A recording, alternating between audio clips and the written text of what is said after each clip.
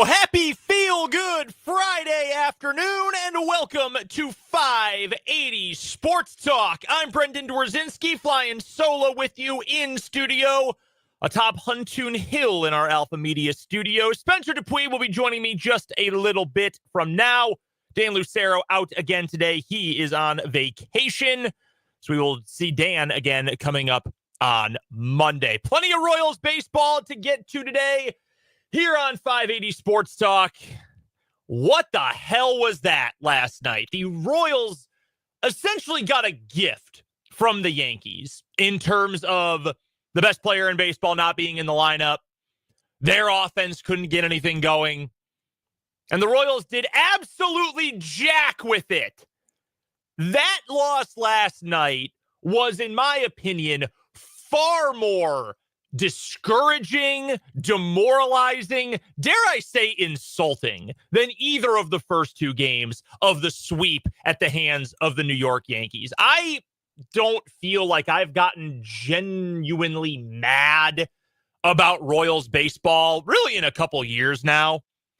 I'm actually quite frustrated to the point of almost angry with the way last night went. You got a gift, a gem. Seth Lugo, the bullpen, they were phenomenal. And you didn't get jack. It is the third time in the last, 3 weeks now that the Royals have been shut out 1-0. And I understand it's against good teams. The Yankees are good. The Cardinals are pretty decent. The Tigers are the best team in baseball. 3 golden opportunities to beat teams currently in playoff position in their respective leagues. And the Royals in those 3 games got you 0 runs. We'll get to the game. We'll get to some potentially existential questions the Royals might be asking themselves, at least as it pertains to the 2025 season, coming up here in this opening hour of the show. Also in this first hour, wanted to share a quick note about Father's Day. It's a pretty meaningful one for me. It's my first Father's Day coming up this weekend. Really cool story from Ann Rogers over at MLB.com about Jack Caglione and his relationship with his dad, and just wanted to share a couple thoughts ahead of the holiday this weekend. We'll also pivot to some Chiefs football. Matt Derrick is going to join us, as he does every Friday at the bottom of the 3 o'clock hour, for our Chiefs Insider on the Fleming Place Wine and Spirits Hotline. We'll get Matt's final thoughts from Chiefs mandatory minicamp as we head into the approximately 6-week summer break around the NFL before training camp. The number one thing that every single NFL team thinks yesterday into today, into this weekend, and into the next 6 weeks, every single team around the NFL has the exact same thought. For the love of God, please do not get in trouble with the law. Number 1, 2, 3, 4, all the way through about 20 on the wish list of NFL teams at this time of year. For all that is holy, players, team, roster, coaches, do not get in trouble with the law.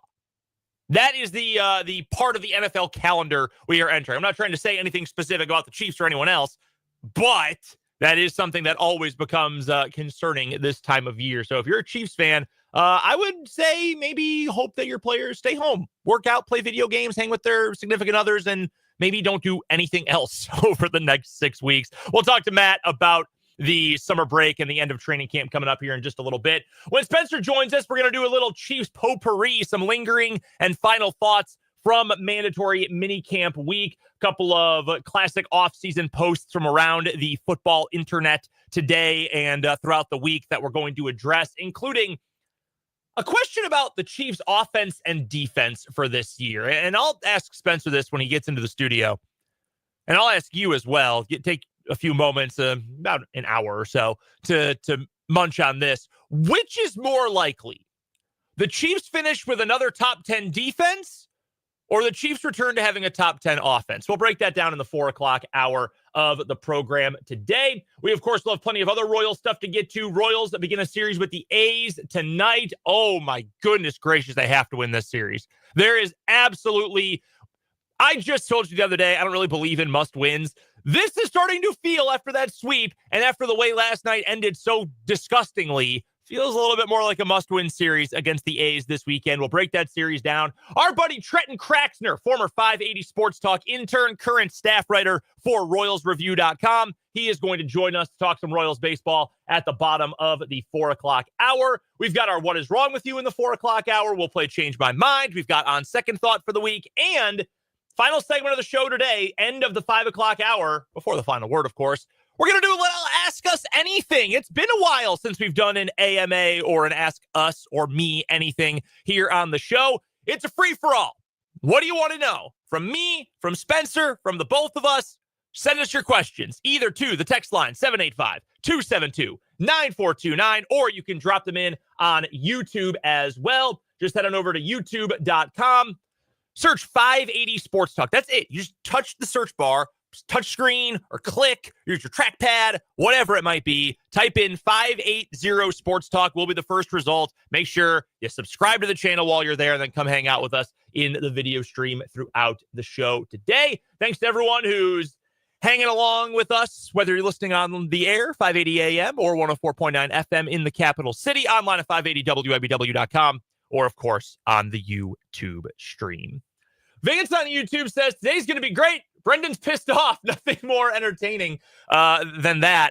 Well, I'm glad I can bring a little of the entertainment value to some Royals baseball conversation, because last night sure as hell was anything but that. Although maybe I shouldn't say that, because I love a good pitcher's duel, a nice low-scoring, quick-moving game, aces dealing with one another. I love that kind of baseball game. It wasn't quite a battle of aces. Seth Lugo didn't get out of the sixth. Will Warren for the Yankees didn't get out of the sixth. But Lugo only allowed 2 hits, did walk 3, only struck out 2, only threw 73 pitches. Will Warren gave up 4 hits, 1 walk, 4 strikeouts. Neither starting pitcher allowed a run. There was 1 run scored in the ball game last night, guys and gals. 1 run. An unearned run. Not even an earned run. Lucas Erceg takes the loss, and he's not completely absolved of any wrongdoing here. He had a terrible throw to the plate. But, guys, if I was in the Royals bullpen, if I was any combination of John Schreiber, Lucas Erceg, Angel Zerpa, or starting pitcher Seth Lugo, I would be enraged today. This team needs a spark. We had a texter from the 785 yesterday who said we need a little Alex Gordon 2013 in the clubhouse right now. And while I can't necessarily speak to who is going to be that vocal, light a fire under your ass kind of player in the clubhouse, or whether it's going to be a player, a manager, a coach, I can't speak to who that needs to be, who that is, who that should be, anything like that. But last night was a golden opportunity to lead by example for this entire team, to take a step forward, to say, you know what, this series stunk. We've had a couple series in a row that stunk. We lost one to the White Sox on the road this past weekend. And now we come home, we got to play the Yankees. Obviously, that is difficult. We know how good they are, especially offensively. And these first 2 games have stunk. But you know what? Judge ain't going out there. They're not respecting us. Will Warren, going into yesterday, had an ERA over 5 on the season. Let's make a statement. And you know what? They did make a statement. That it doesn't matter who's pitching. They can't hit worth a lick. And I know that I am going overboard here, and it's been a theme of the week, especially through those first 2 losses against the Yankees, that I know that this offense is not good, that they do not hit enough, and that if your superstars, and I'm specifically talking about Bobby Witt, he's not alone here, but if your superstar or stars do not have phenomenal games, you do not create enough offensively. We know that. But last night, and all of the different circumstances that came together to have the Royals lose 1-0 on a total freak play, just a bullet off the glove of Vinny Pasquantino at first, and can't hold on to it. They don't get the out at first. Runner comes home. Who was it who ended up scoring that run? It was Reyes for the Yankees, who's in there while Jazz Chisholm's not playing. Gets the ball to Erceg after knocking it down but not catching it. Lucas Erceg throws a worm burner to the plate. Never had a chance. The Yankees score the only run of the game. They had no answers for Royals pitching yesterday. And it didn't matter. It did not matter.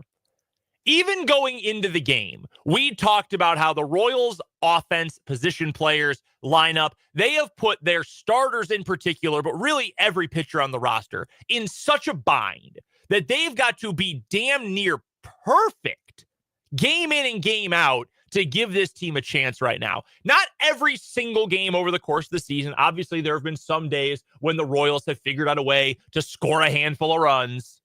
We remember Cag's first game up. They scored 7. He went 0 for 5. They still scored 7. Hey, all right, that's the spark. Nope. Easily extinguished. And that makes last night, again, just so maddening that you were given a gift. A gift. Frankly, you got multiple. Let's go to the 5th inning. And it's not a gift necessarily because Nick Lofton had to put in the work. He had to make contact and get around to third base. But after a Cag strikeout, bottom of the 5th, Nick Lofton triples. 1 out. Runner at third. How many different ways can you think of that run could score? Base hit. Any sort of base hit where the ball stays in play. Home run. We're talking 20 for 25 Royals. They're not hitting home run. But it's possible. It's theoretical. A ground out to the right spot of the infield. A slow roller. A fly out. Any number of things. A relatively deep foul out. All sorts of things. Shoot, you might even get lucky and have a pass ball or a wild pitch. That's out of your control, but still. And they couldn't bring him in. Back-to-back batters, nothing. Couldn't get Nick Lofton home. That is such a microcosm of this Royals offense. This game was a microcosm of the Royals' entire season. The offense, and we're going to talk to Trenton Kraxner about this bottom of the 4 o'clock hour today, and staff writer for Royals Review, our former intern here on the show. The Royals now, if I'm not mistaken, are 1 for their last 30 with runners in scoring position against the New York Yankees. Went a crisp 0 for 5 yesterday. That is an abomination. That is horrific. And look, the Yankees score a lot. They're a good team. They have decent to good pitching, but they're not unhittable. 1 for your last 30 in those clutch situations? We already shared the stat earlier this week. The Royals have the single worst OPS with runners in scoring position in Major League Baseball this year. In fact, I would love to see what it is now after the disaster that was this series. When we checked the other day, the Royals had a 602 OPS on base plus slugging this year with runners in scoring position. Second base, third base, or both second and third bases. They are now, this is astounding, 43 points below the Colorado Rockies in OPS with runners in scoring position. And in case you haven't been keeping up with Major League Baseball this year, you know what the Colorado Rockies are doing? Trying to make history as maybe the worst team in modern baseball history, going back to the 1900s, and not like the whole century. I mean, literally the 1900s, if not even worse than that. We're talking 1899 Cleveland Spiders territory. Markedly worse than last year's historically bad White Sox team or the historically bad A's team back in 2023. And the Royals are getting pummeled in that particular offensive category by that team. It's unthinkable that it could be this bad. And maybe I'm just an idiot for feeling this way. Maybe I'm holding on to prospect priors that I should have dumped at this point. But even when you consider the guys who we know are not major offensive contributors, there's too many talented bats on this team to be this bad, right? I'm not alone in feeling that way, right? That at least in theory, there should be more guys on this team who can hit for I'm not even asking for power. I'm asking for contact. Shoot, with a runner on third and 1 out, I'm just asking for a lazy mid right center fly ball. That's it. And they can't even muster that at this point. It is just maddening. And I know I keep using those same family of adjective type of words, maddening and frustrating and aggravating and annoying, but they all apply. And like I said, it's a microcosm of this entire season that Seth Lugo, who has not been as good as he was last year, but still has been a quality starter, goes out there and in a short game, not even 6 full innings, but in a short appearance, relatively speaking, pitches very well. Your bullpen was great, all things considered. The opposing team did not have their best player out there. Two of their best players, when you throw Chisholm in there, a starter who has been strugglesome over the course of the year with an ERA over 5 entering the game, and you couldn't do anything with it. Opportunities wasted. One of their worst starting pitchers, just scatter a handful of hits, can't bring anyone home. 5th inning, no runs on the board at that time. You can add some pressure to New York. You get a guy on third base with 1 out, you get nothing. So many wasted opportunities for this Royals team. And that is the thing that sticks in my craw. That is the thing that to this point is the summation of the Royals season condensed down to one theme, one thought. It is missed opportunities. And that is the thing that at this point, you're looking forward, is going to keep the Royals out of the postseason if things do not turn on a dime very quickly. As we said yesterday, I am of the belief that the Royals should be trying to make a trade for a bat, probably multiple bats, now. Do not wait until mid-July. Do not wait until July 31st in the deadline. No, you need to go and get those guys now, because if you are not able to find a way to develop something offensively, I'm not asking them to be a clone of this Yankees team. I'm not asking them even to be a clone of a bad A's team that they're playing tonight, an A's team that is bad because their pitching is horrific. We got some stats in the 5 o'clock hour to back that up. Their pitching is abominable. Worst ERA as a team in Major League Baseball. But you know what they do? They mash. Top 10 in home runs hit, top 10 in team OPS. They can hit the ball really well. They just can't pitch worth a darn. I'm not even asking the Royals to be that. If the Royals could find a way to be a competent, even competitive offense as a small ball team, the team I've used a comparison for in the past is the 2005 White Sox, who, yes, they won the World Series, one of the flukiest World Series runs of all time, but their offensive strategy was get the leadoff guy on, he'll steal second, you move him over to third, you got 2 chances with Carl Everett or Jermaine Dye or Paul Konerko to get a hit, to hit a home run, to hit a fly ball, whatever, and you bring the run home. You do that 3-4 times a game in your 9 chances at the plate, and then your pitching staff shuts things down. We know the Royals have that caliber of pitching staff, so finding any sort of way, any sort of key to this almost impenetrable lock that has been sealing off the Royals from competent offense all year long, you've got to find that right this second. You've got to find that right now if you want to turn these things around. That is, of course, if this team and if this front office thinks there's an ability to turn things around this year. I personally am not giving up on the playoff hopes for this team. The American League is wild. The middle class, the wild card class and tier of the American League is not insurmountable at this point. It really isn't. The Yankees are really good. The Tigers are really good. I'm certain the Astros are going to end up winning the West. Everybody else, you can get them. And the Royals are going to have some chances against teams like the Rangers and the Rays coming up next week, where they can show, yes, not only can we hang with these teams, we can surpass them as well. We have the capability to pass these teams as well.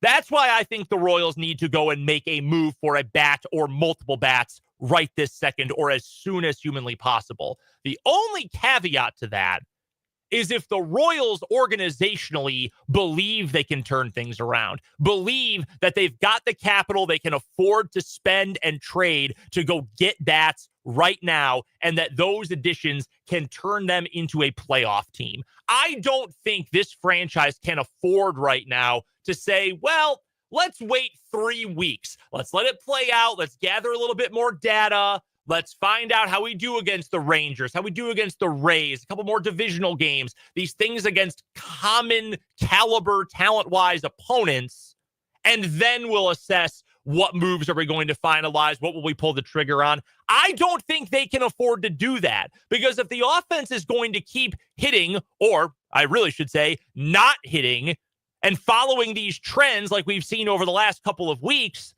well, guess what? 3 weeks from now, 4 weeks from now, it's over. You're done. You are going to be at the bottom of that massive pileup of teams in the middle class of the American League, and you might be too far out of things, certainly for the division at that point. You're already facing an uphill climb there, 10.5 back. You might be too far out of the wild card chase at that point. So to me, if the Royals wait that long to do something, it is going to be proof that they do not necessarily believe they can make a run this season at the postseason. And while that would not only be discouraging if you're a fan or someone who covers the team, certainly discouraging if you're a player, I think that probably changes your approach, and you're no longer thinking, we've got to buy at the deadline. You might be in a position where you need to be a seller at the deadline. Long term, maybe that's feasible. You can get a piece that's going to help you next year, a decent prospect if you're going to trade some of your pitching depth, whatever it might end up being. But with a year in which you entered with a ton of high expectations, thought you had a chance to win the division. I certainly thought they had a chance to win the division. To have a start like this for your offense, where you don't even look competitive in a game that was frankly gift wrapped for you, there are going to be some real existential questions this front office, this coaching staff, this franchise need to ask themselves. I hope they make a move quickly and they can try as soon as possible to turn things around. If they don't, it probably signals, and not in a good way, how they're going to approach the trade deadline this year. We've got more Royals baseball coming up throughout the show today. Trenton Kraxner will join us at the bottom of next hour. We'll preview the series with the A's coming up in the 5 o'clock hour. But on the other side of this break, a quick note about baseball and Father's Day coming up this Sunday. That's on the other side of this commercial break. We're just getting started on this feel-good Friday edition of 580 Sports Talk.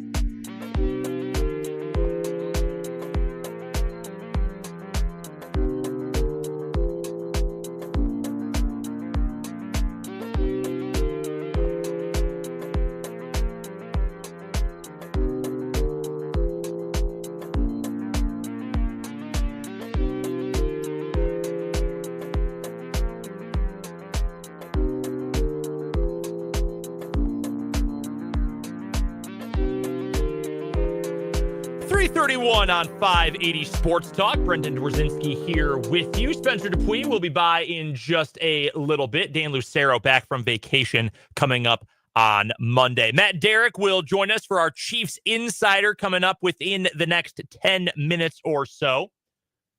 This Sunday is Father's Day, and there's a great piece over at MLB.com. You can get there via Royals.com as well, from Ann Rogers, Royals beat writer, about Jack Caglione and his relationship with his dad, Jeff, and how Jack never felt pressured into playing baseball, even though his dad has been a fan and a player for forever, and that his dad is a rock for him and how important family is. And it's really a beautiful story, and it's the perfect way to send you into this weekend. And as I was talking about earlier, and as I have thought about incessantly for the entirety of this week, every time I think about Father's Day, being my first Father's Day, I feel very emotional about this weekend and thinking about getting to spend some time with my wife and my little girl at home.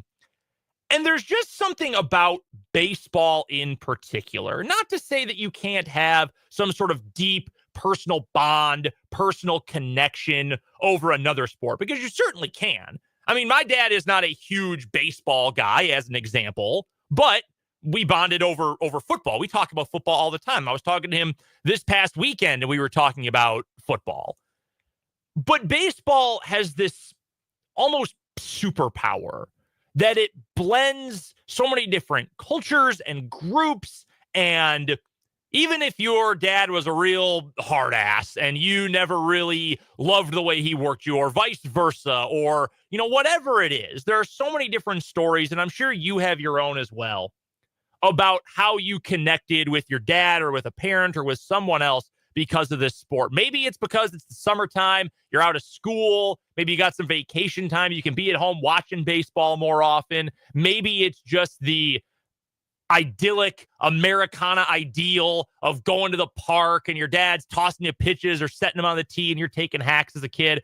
I don't know exactly what it is, but there is something about this sport and this time of year that makes those kinds of relationships and those kinds of bonds feel so much stronger and so much more special. I just mentioned my dad, not a huge baseball guy, but first baseball game I ever went to, I will remember it my entire life. I was 11 years old. It was the year that the Chicago White Sox won the World Series, and my dad and my uncle and I went to what was then U.S. Cellular Field, saw the White Sox beat the Twins. I remember sweaty Freddie Garcia got the start that day. My guy Joe Creedy hit a home run. It was actually my parents' anniversary, September 24th, and I was there with my dad. My mom maybe wasn't thrilled about that, but it's one of those things that just sticks with you forever. And on a day that is so special to a lot of dads out there and to a lot of kids thinking about their dads as well, hope you take some time to think about those special relationships, whether they pertain to sports or not, how meaningful that day is. I know I'm going to spend all day very emotional and very worked up being my first Father's Day. But to have something like that, whether it's me and my dad with the first game I ever went to when I was 11 years old, or Jack Caglione and his dad, Jeff, and the bond they still have, and Jack being so fired up that his family was there, that his dad was there when he got his first major league hit the other day. I hope you have a chance to bond, whether it's over baseball or something else this weekend. If nothing else, baseball might be the easiest way to bond with your old man coming up on Father's Day on Sunday. So happy Father's Day to all of you celebrating with your kids, or you kids celebrating your dads out there on Sunday this weekend. We've got to get to our Chiefs insider. Matt Derrick will join us next on this Feel Good Friday edition of 580 Sports Talk.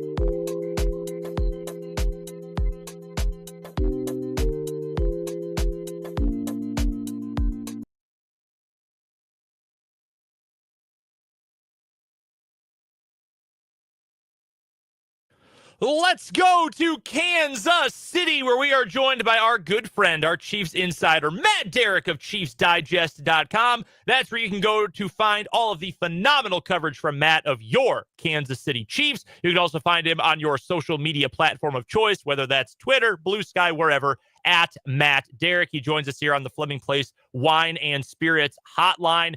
Matt, how are you getting ready for the NFL's summer break starting this week? Well, I thought I was just all geared up to have a great time, and then I was getting home. I was trying to race home before you guys called, but I pulled up, and I don't even know if you heard me, but I said shoot under my breath because as I pulled up, I realized I have a bunch of vines and some weeds growing up on the side of the house I haven't taken care of. So apparently I'm putting that on the list to deal with.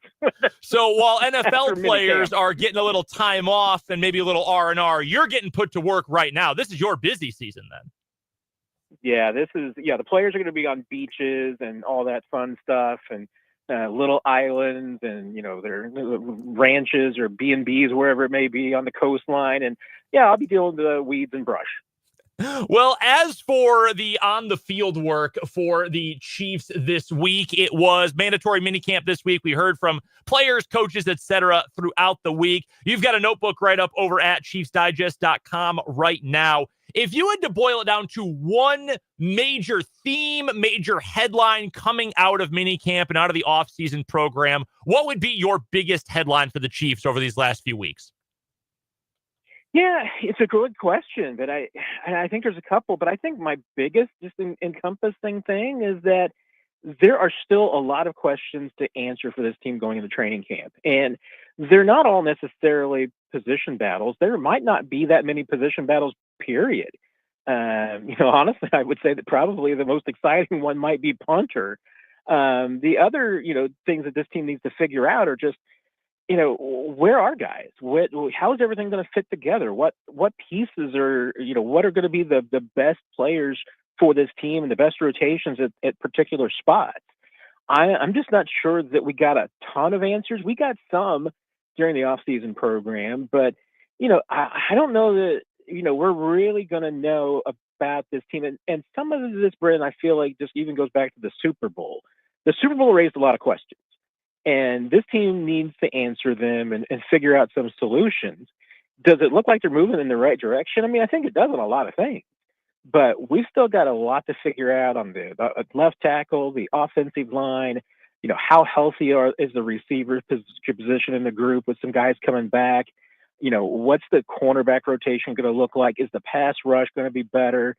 Who are going to be your running backs and what's the rotation? I mean, I think every position group has questions that this team just has to figure out. And like I said, it's not always position battles. It's just a matter of maybe, hey, is this group healthy? Is this group getting too old? Is this group faster? It's just kind of across the board. There's a lot of things to still figure out.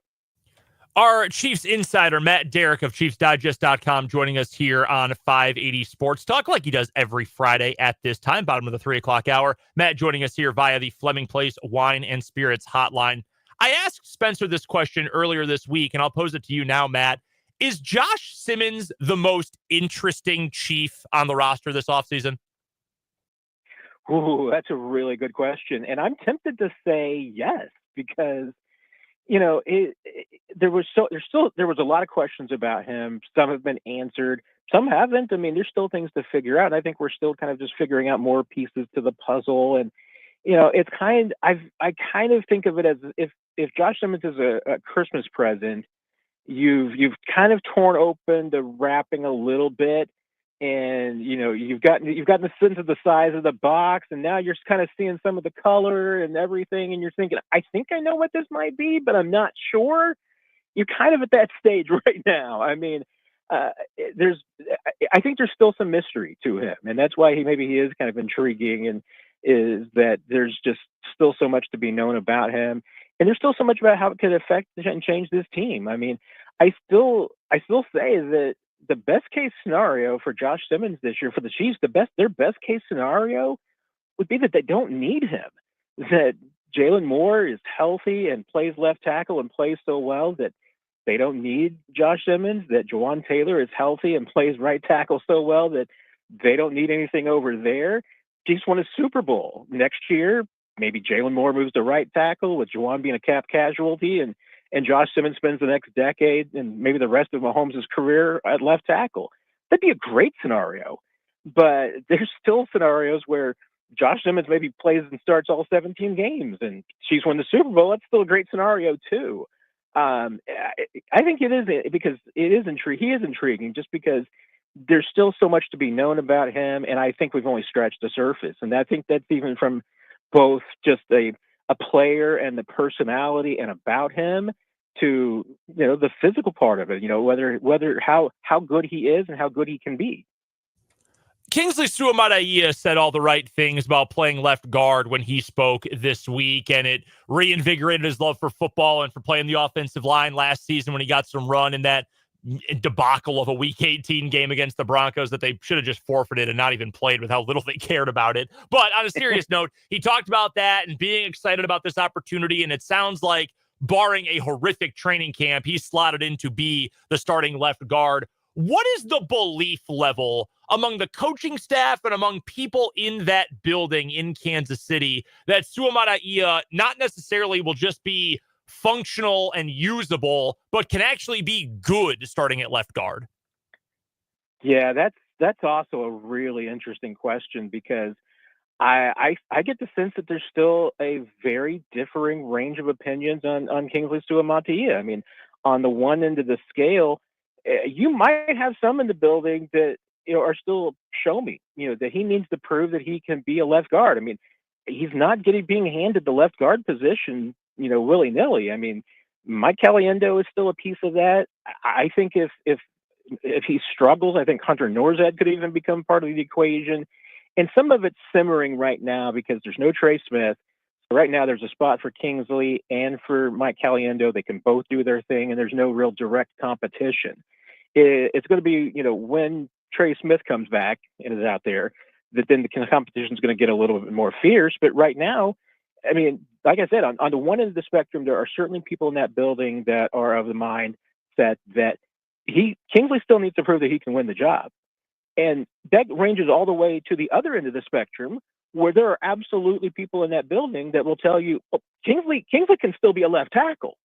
I mean, it's a wide range. And it's just a real differing opinion. And I think, to me, it's a little bit concerning, because I think you'd like to have more of a consensus about your guys. But I just go back to last year, and the thing about both Kingsley and really the offensive line in general, at least from my perspective of trying to report on it and to be objective, I felt like myself, and I don't want to put this on other reporters as well, because everybody else has their own coverage and their own thoughts, but I think that I feel like my coverage leaned more towards, hey, allowing the coaches to tell their story and lean on what they're telling you, even if your eyes maybe aren't matching that. Because there were certainly questions about Kingsley last year. I mean, he was struggling at training camp. He was struggling at during moments, and even in the preseason, he had there were some concerns. And when you were asking the coaches about it, and you go to Andy Reid and you go to Andy Heck, I mean, there was a lot of confidence, and so you banked on that, saying, hey, wait, these guys know what they're doing. So I mean, if they were concerned, you feel like you'd have a little more red flags out there, and they weren't there. So I feel, at least from my perspective, you have to kind of go in this as discerning and be willing to say, wait a minute, whatever the coaches are saying isn't matching up what we're seeing on the field. And for me, for offensive and defensive linemen in particular, there's other positions too, you really don't know what you have until the pads come on in late July and early August. So the jury's going to be out, but it's going to have to be, I think, this year for fans and media alike, is that you're going to have to see what the coaches are saying match what's happening on the field, because I'm not sure that happened last year. And as a result, I mean, your kind of willingness and your credibility kind of goes away a little bit when those two things don't match. So I think there's going to be more of a discerning eye on Kingsley and probably the entire offensive line this year at camp than there was last year. We're chatting with Matt Derrick of ChiefsDigest.com. He joins us every Friday at this time for our Chiefs Insider on the Fleming Place Wine and Spirits Hotline. If you want to see all of his great work covering the Kansas City Chiefs, you can do so over at ChiefsDigest.com and video content over at the Chiefs Digest YouTube channel. Sticking with the offense and guys who have had impressive springs and early summers so far, what are the odds that Jake Brenningstool not only makes this roster, but is actually an impact player come week one? Yeah, I was a little concerned this week because he wasn't practicing. He had a sleeve on. I'm trying to remember. I want to say it was his left leg. We don't know what the injury is, but I tell you what, there's probably a dozen or 24 players with sleeves on their legs that were either practicing or not practicing. There's a lot of soft tissue injuries that you're just going to be cautious with this time of year. So it could be nothing. The opportunity is absolutely there because, even Jared Wiley did go through some drills yesterday. The anticipation, he just went through stretching really. The anticipation that Jared Wiley is still probably not going to be available until after the season starts. So there's an opportunity there. And I think right now there's 4 players that are capable of making an NFL roster outside of Wiley. And you got Kelsey, Noah Gray, Robert Tonyan, and Brenningstool. When it comes down to that battle, it'll be between Brenningstool and Tonyan. And I do think that might be a pretty decent battle for the number 3 spot. The athleticism, the size, upside, I think all of that favors Brenningstool, and he has been really good in camp. I try not to allow, pass catchers to dazzle you this time of year because they should be dazzling you. I think he could absolutely make this roster. As far as making an impact, I think he could still be a little bit away because there's just some development and maturing that needs to grow. And let's face it, the Chiefs are still going to lean on Travis Kelce and Noah Gray a lot. So it's just how many reps and opportunities will the number 3 tight end get? And maybe number 4, if both he and Tonyan make the roster. I think that might be difficult. But I think he's got a great chance to make the 53. Just impact-wise, the 3rd tight end, how much can that player make? I think it could be maybe another year before Brenningstool makes a huge impact. But I could see, hey, if he could get you maybe 200 yards and a couple of touchdowns, I'd take that. On a housekeeping note, if Jared Wiley might not be ready by the start of the season, are we thinking that probably means PUP list for him?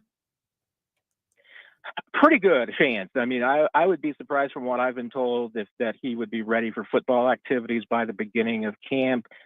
Probably not even till maybe after they break St. Joe before he'd be ready for any type of football activity. And it could be after the first quarter of the season before he'd be cleared, to return to action. Wow. So that makes things, I think, a lot different with Brenningstool, right? Obviously he and Tonyan probably battling. If Wiley's healthy, I would imagine that's the battle for your tight end 4 spot. But if you're going to miss Wiley for, 4, 5, if it's the PUP list, at least 6 games, that to me says, unless one of those wide receivers like an Elijah Badger has an unbelievable camp, I feel like Brenningstool is pretty comfortably on the right side of the bubble, at least as we stand now. Yeah, it's going to come down to some roster crunch, though, because, especially with the questions that you have along the O-line and some young guys that the Chiefs have picked up, are you going to keep 10 offensive linemen, then 6 receivers? How many running backs? Because there's probably at least 4 legitimate NFL running backs on this team right now. Can you have 4 tight ends? The numbers start to get scary at that point because you're talking about the possibility of keeping an extra player at every position. So 4th tight end or a 10th offensive lineman, 4th tight end or a 4th running back. Those are going to be some of the toughest decisions and barring injuries that this team's going to have, when you get closer to cutdowns. Last big thing we've got for Matt Derrick of ChiefsDigest.com joining us for our Chiefs Insider here on 580 Sports Talk. Saw a piece this past weekend from CBS Sports, the biggest loss for every team this offseason. And for the Chiefs, I think there are 3 players that you could reasonably pick from. It was not an especially devastating free agency class for Kansas City, and a couple guys ended up re-signing with the team. I had 3 guys pop to mind as the biggest potential losses. Who would you say was the most concerning maybe, or at least the most impactful loss whether via trade or free agency for the Chiefs this offseason? Gosh, I'm probably blanking on somebody important, but the two biggest ones that jump out to me are it's Joe Tooney and Tershawn Wharton for just one on both sides of the football. I was thinking Justin Reed might be the other. And I know he's not, an elite safety by any means, but he's just so smart that I feel like he was such a rock for Spags these last couple of years. Yeah, you're not wrong about that. And the only reason that I kind of somewhat comfortable, at least in their position, because if you think of those two guys, you think of Justin Reed and Tershawn Wharton and what you've got replacing them. Basically, you've got Jaden Hicks and Omar Norman Lott, and you're talking about a second-year player versus a first-year player. There's just so many more unknowns about Omar Norman Lott. He might be great. I mean, he may be everything that Tershawn Wharton was and more. I mean, after all, Wharton was an undrafted free agent that you developed. This is a second-round pick, so maybe he's going to step in there and just be a stud immediately. But Jaden Hicks just looks so good out there and looks so comfortable as a leader out on the field, even off the field. I thought it was really impressive in his press conference yesterday. I think you could just see the growth and maturity in him. So he's going to make mistakes. He's going to be a young guy. I mean, there's no doubt. I mean, he's already more athletic than Justin Reed. I think he, might be probably a better free safety than Justin Reed was, and I think he's going to also play a lot of strong safety. I think he's right now. I think Jaden Hicks is the best safety on this team, strong and free both, that they've got. And like I said, I mean, he doesn't have the experience. He hasn't seen it all like Justin Reed, so you're going to miss that experience at some times. But his athleticism, his leadership, and his just continuing maturity, I think that's why I feel more comfortable with Jaden Hicks than Omar Norman Lott replacing Tershawn Wharton, just because of that 1 year of NFL experience can make a difference. The best coverage of the Kansas City Chiefs comes from ChiefsDigest.com and the writing of Matt Derrick, who joins us every Friday at this time for our Chiefs Insider. Matt, we appreciate the time as always, my friend. Enjoy the yard work this weekend, and we'll chat with you soon. Sounds great, my friend. Take care, Brendan. That is the great Matt Derrick joining us here on 580 Sports Talk. We've got to get to a quick timeout. We'll wrap up the 3 o'clock hour right after this on 580 WIBW.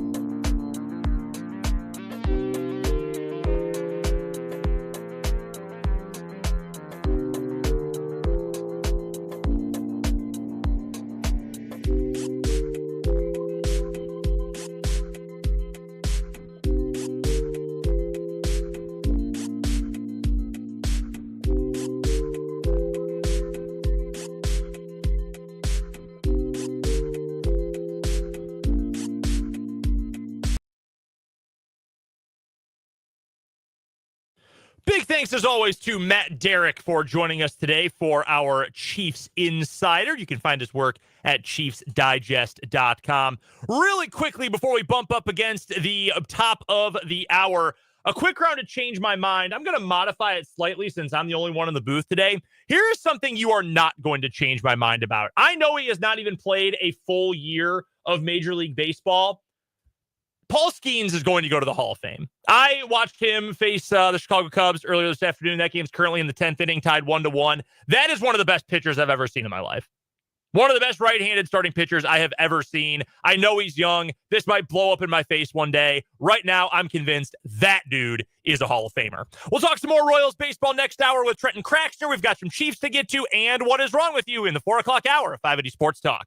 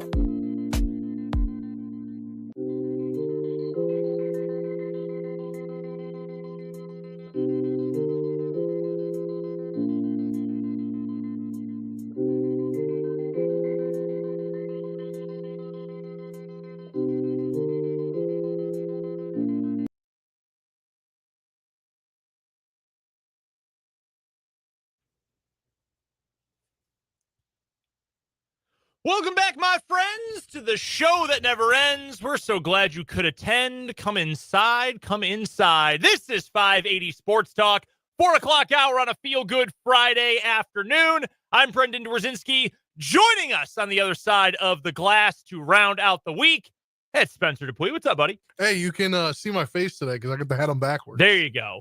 Not going to have that issue again. Yeah. Coming up in this 4 o'clock hour of the show, we'll get to your texts, 785-272-9429.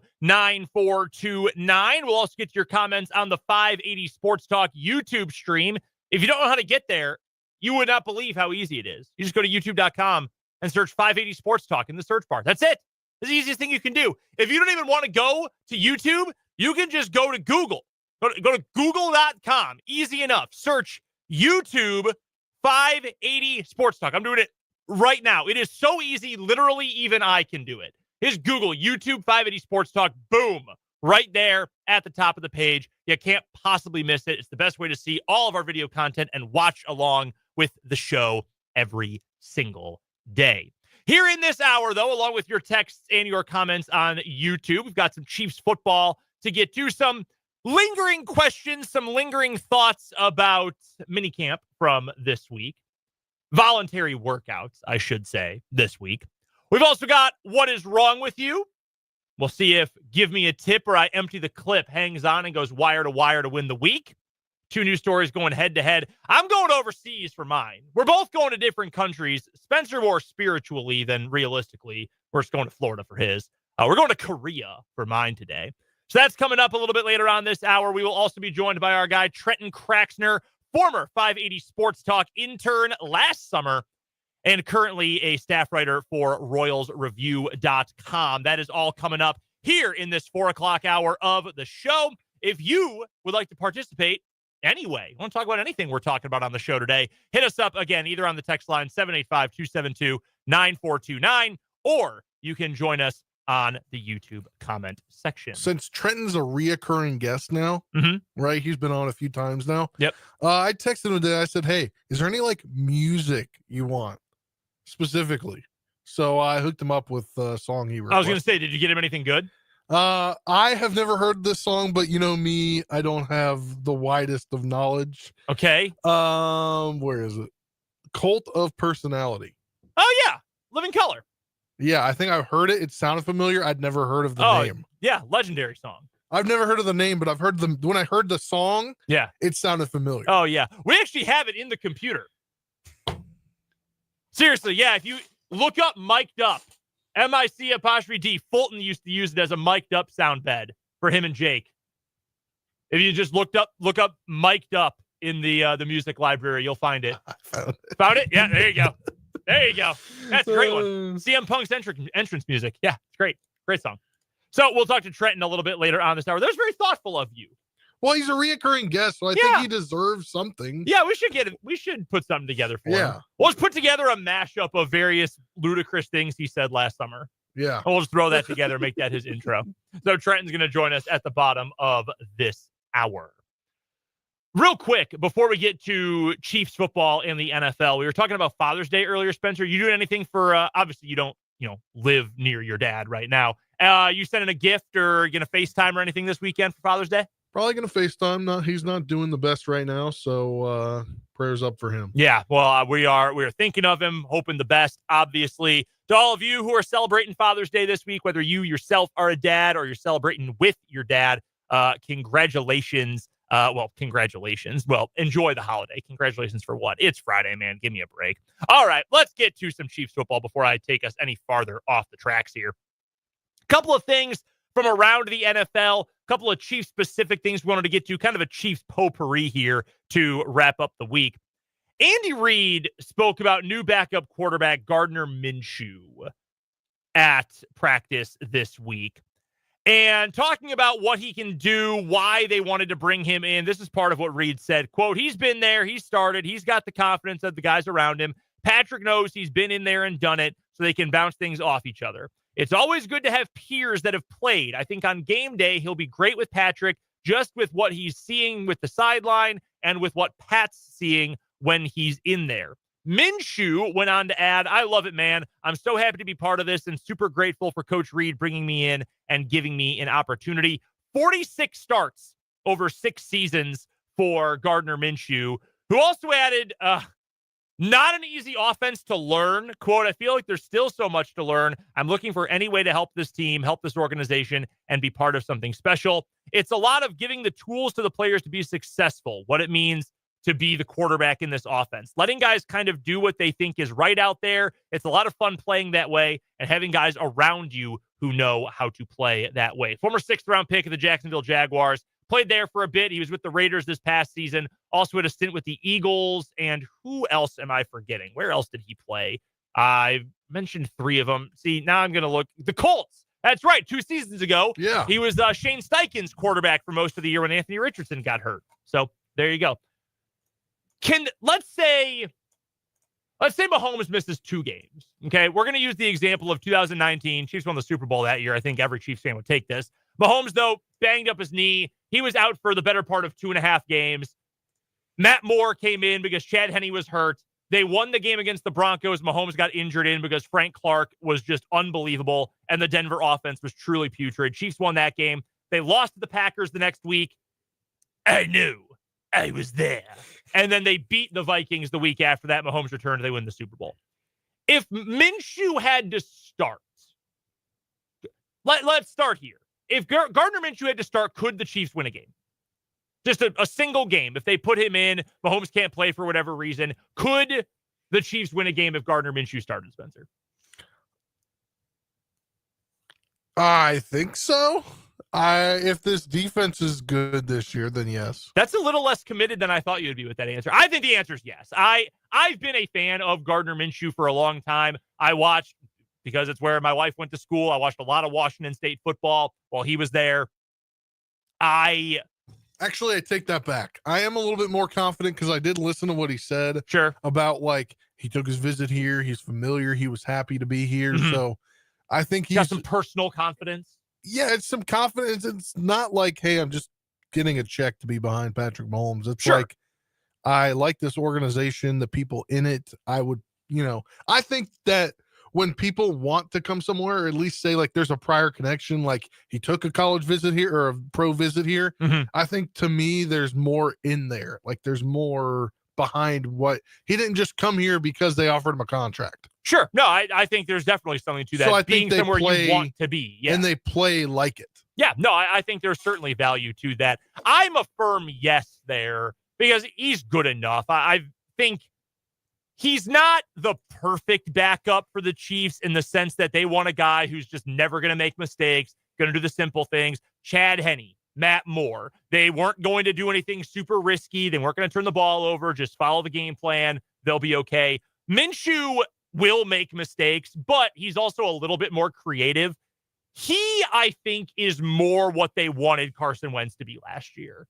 And not that they really needed Wentz, which is good. You never want to need the backup quarterback, but don't make a ton of mistakes. Create a little bit. Wentz a little bit too much of a wild man, I think, for that. I think Minshew's kind of a toned down version of that, which I think does fit this roster a little bit better. What's the line in terms of if the Chiefs had to start Minshew for X number of games, I would start to be worried about the season? More than 4. Okay, 4. I was going to say 3. I think if you went like 3, Mahomes has a hamstring. He misses weeks 12 through 14. Just hypothetical here.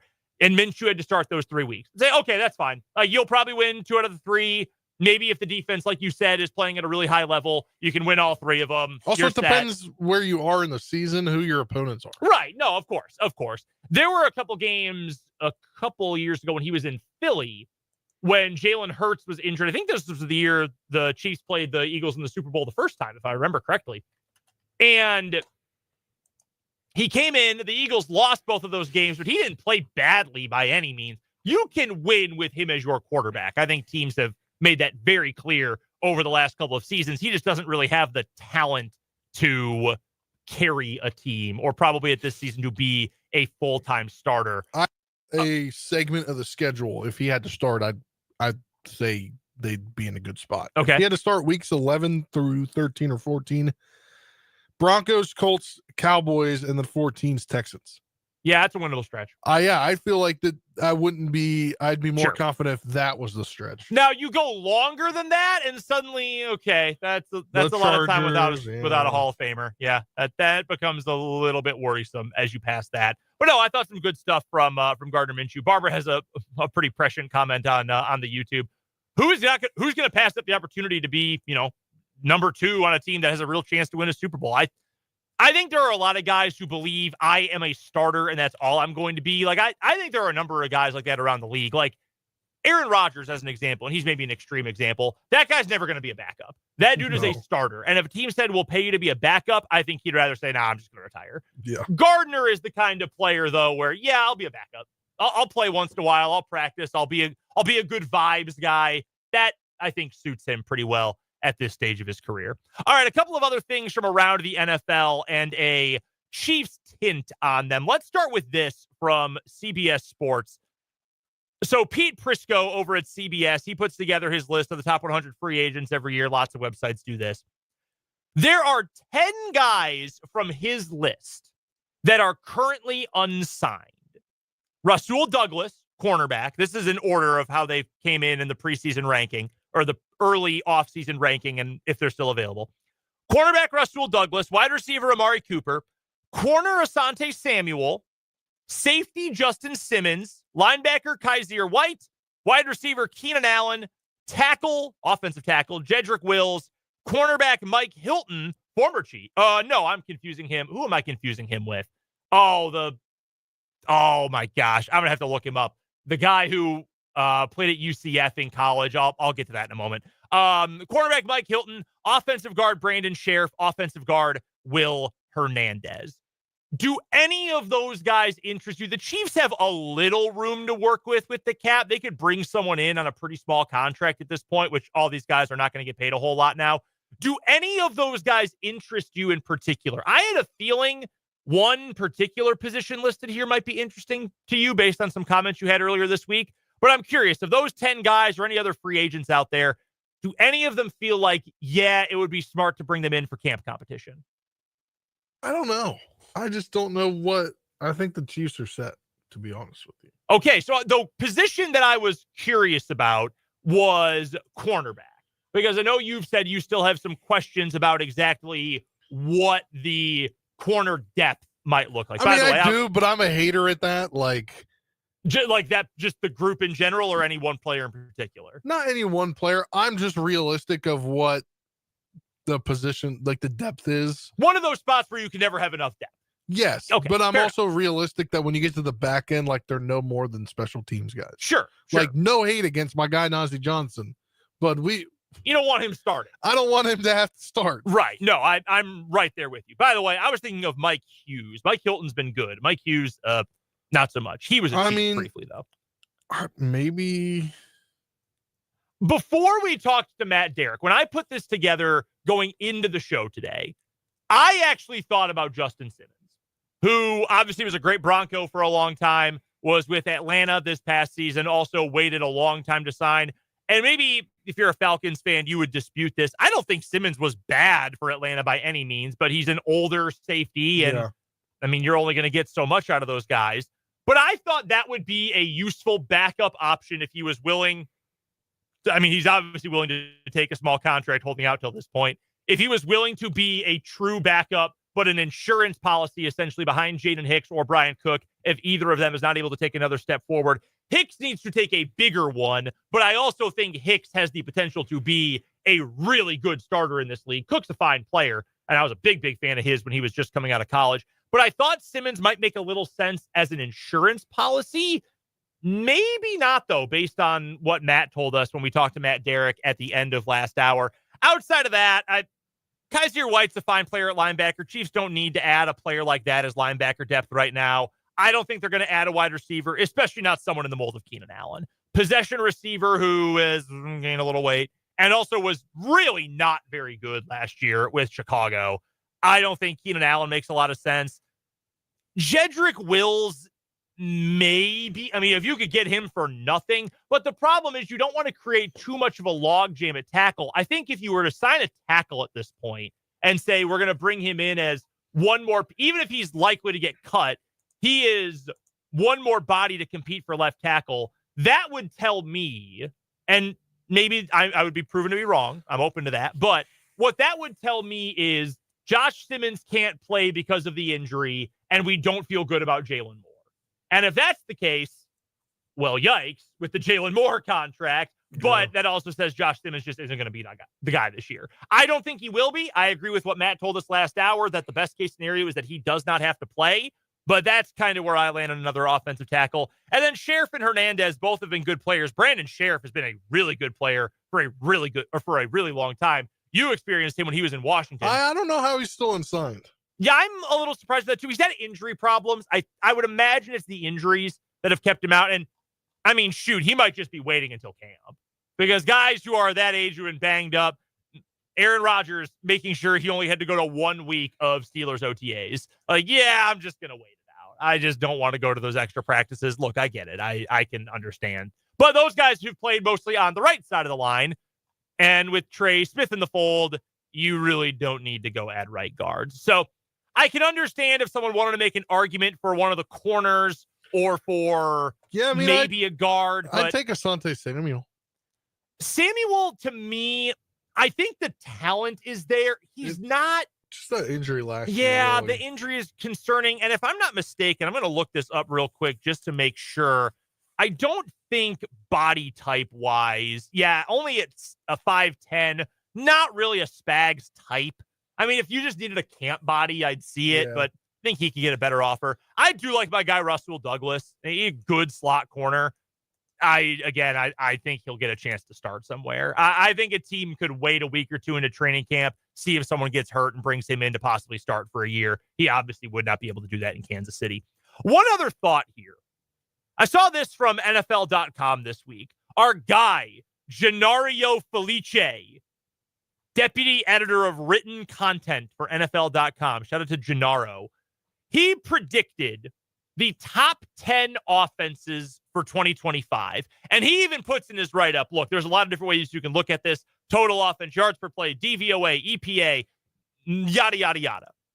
He decided to go with scoring offense. He wants to predict this by scoring offense. He puts the Kansas City Chiefs 10th in his projection. So that led me to ask this. Which do you think, Spencer, is more likely and why? That the Chiefs finish this year, if it can only be one, is it more likely that the Chiefs finish with a top 10 offense or a top 10 defense? That's a good one. Thank you. Because we've been teeter-tottering the last few years of like one year the defense is the better team or the better unit, than the next year the offense. I think offense, if everybody can stay healthy, and I believe I saw somewhere yesterday or the day before that it doesn't look like Rashee Rice is going to face a suspension. Not at this point. We have no reason to believe one is coming at this point. So you give me him for a full season? Yeah. On top of what you already have? Yep. I think it is offense as well. And I'm glad that we're on the same page there, because I didn't want to sound like a wild man saying that. I think it is the offense as well that has the better chance of being a top 10 unit. The one caveat is you do a little bit to innovate. If you're Andy Reid, you're Matt Nagy, you're everybody in that offensive coaching staff, because you can't stay stagnant. That version of the offense is not going to get you back to the Super Bowl. I genuinely believe that. But I also think having pass catchers who are better than Justin Watson, who ran 60% of your snaps last year, is going to pay dividends for this team. I think that's going to be very important. So I'm going offense as well. I wouldn't be shocked if the defense is that good. I mean, it's Spags. You got Chris Jones and Trent McDuffie and a good linebacker core and all that. I would not be shocked, but I think if I had to pick one, I actually do lean offense. Maybe not going to be much beyond 10, but I think they can certainly be in the top 10 this year. We're going to get to a timeout here on 580 Sports Talk. What is Wrong With You is up next. Trenton Kraxner will join us to talk Royals baseball a little bit later on this hour here on 580 Sports Talk.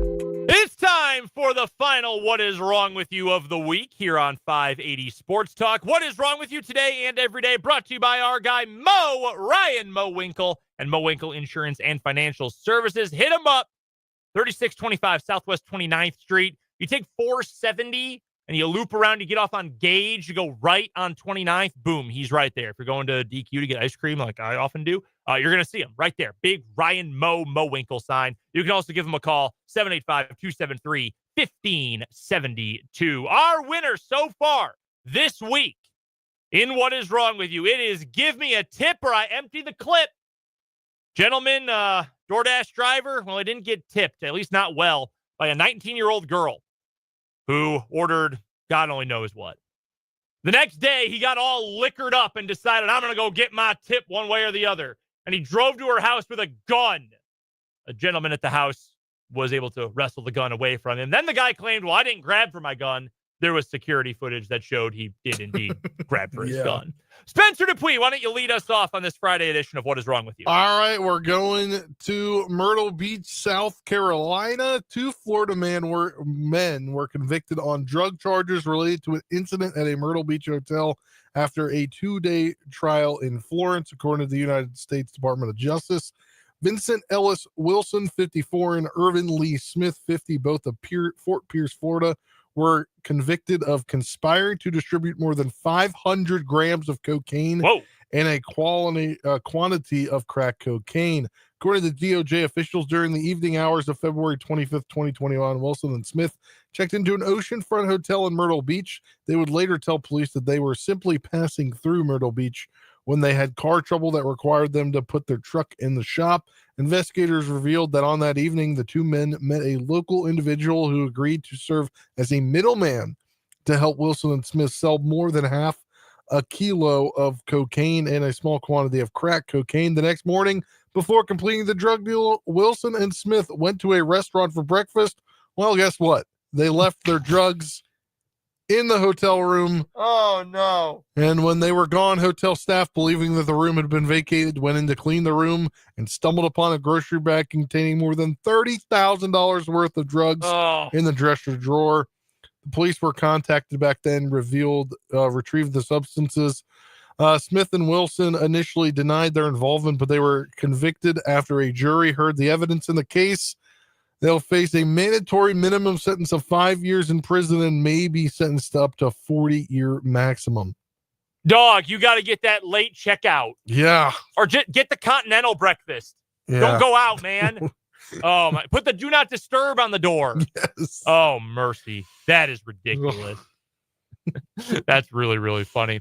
All right. Second story today in What Is Wrong With You, brought to you by Ryan Mo Winkle and Mo Winkle Insurance and Financial Services. We're going to Korea.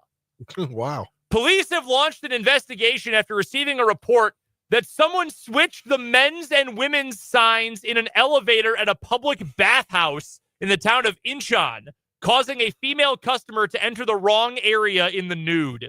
A woman reported at 2 a.m. on May 27th that she went into what she thought was the women's bath. Nope, it was the men's bath. Closed-circuit television that was shown to the police revealed two men, believed to be in their 20s, switching the stickers indicating the men's and women's baths in the elevator. Specifically, police found that the two suspects had arrived at the bathhouse by car at 11 p.m. and switched the stickers, taking the sticker for the men's bath from the button there on the 3rd floor, placing it next to the 5th floor button where the women's bath is. Due to the altered signs, a woman in her 20s mistakenly entered the men's bath and was exposed to male customers while naked. A police official said, quote, "We are tracking the suspects based on CCTV footage," and added that we are currently investigating them on suspicion of obstruction of business and will determine the specific charges to be applied after apprehending them. Why? I guess you just thought it was funny? Also, we don't have this in America. Yeah. I am not sure where you could find a public bathhouse in the United States. I don't think we have one in Topeka anywhere. I find this to be hilarious, but in such a stupid way. You're not gaining anything. And if you did this 3 hours, they showed up at 11 p.m. This incident happened at 2 a.m. They almost certainly weren't there to watch. They're not going to sit there for 3 hours waiting to chuckle, and that's it. You got no payoff from this except being arrested. That's it. I find that to be very, very funny. Yeah. Those are our two stories today. Spencer Dupuis, who do you have?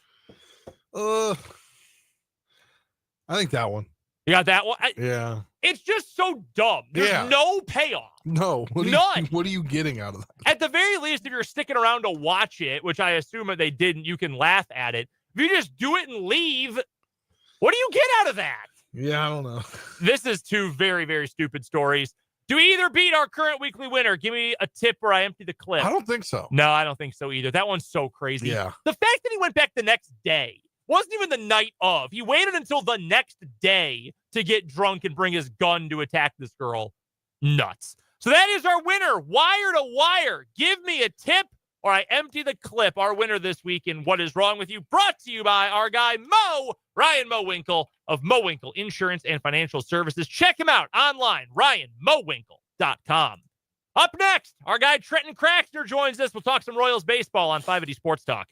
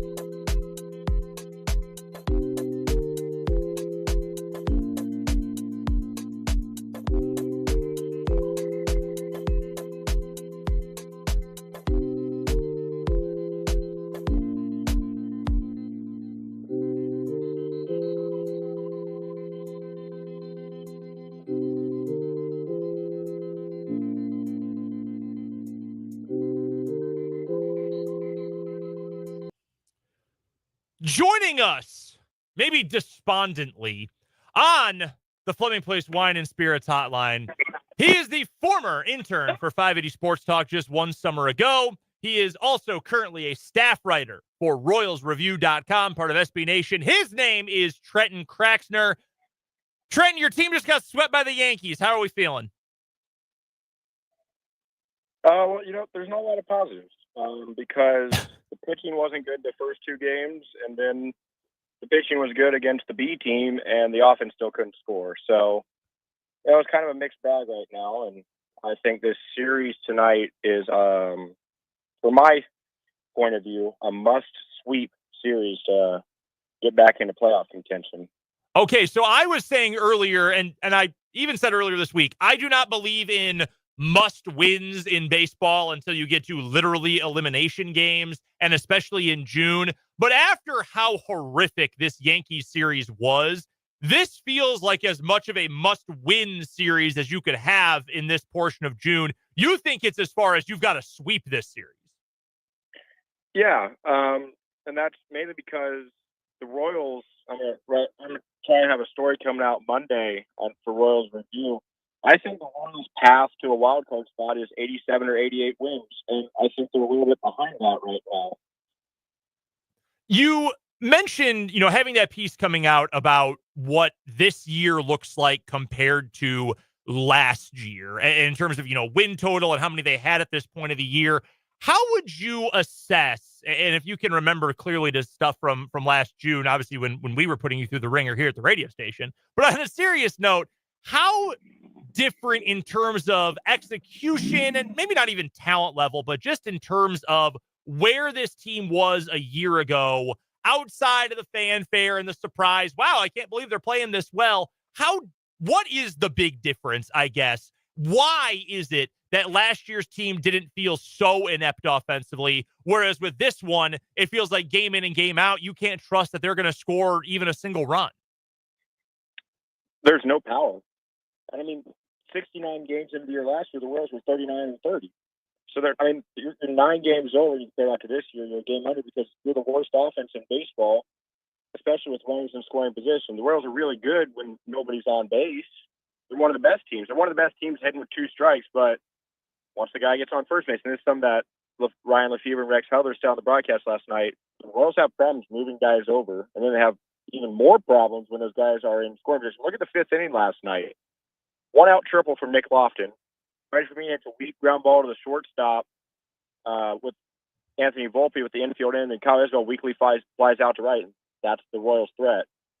Or in the 6th inning after the rain delay, Jonathan India hits a leadoff single, and then Bywood Jr. pops out, Vinny Pasquantino pops out, and I don't remember what stop it. He probably grounded out, but nobody's producing. When someone gets on base, the Royals forget how to hit the baseball. The Royals, Trenton, as we're joined by Trenton Kraxner, writer for Royals Review here on 580 Sports Talk and the Fleming Place Wine and Spirits Hotline. Clearly, they need offense at the deadline. Everybody in the world knows that. ESPN had a story earlier this week. What does every team in contention need? For the Royals, it was just offense of any kind. Not a position, nothing like that, just offense. Especially after this week so far. Last weekend, losing a series to the White Sox, getting swept by the Yankees. They need multiple bats. Do you feel the same that they need to get multiple MLB caliber bats at this point, or can they get by with just one big swing? Pardon the pun. I don't know. I think if they continue down this trend, you're going the other way. You're getting rid of pieces. You're slipping away Carlos Estevez, Seth Lugo, maybe even attaching MJ Melendez to one of those trades to try and get a controllable bat for the next year to try and prepare to be better next year. I think if you continue down this trend, there's no reason why you should be buying and selling guys away, because right now the team is considerably behind probably where they expected to be, because I know I had them winning the division this year. I thought they were a 91 win team. A third of the way through the year, they're pacing for 87 wins, but the first 15 games of this second third of the season, they're 5-10. And they have not hit a 3-run home run since Vinny Pasquantino on opening day for their first 3 runs of the year. That's almost unfathomable.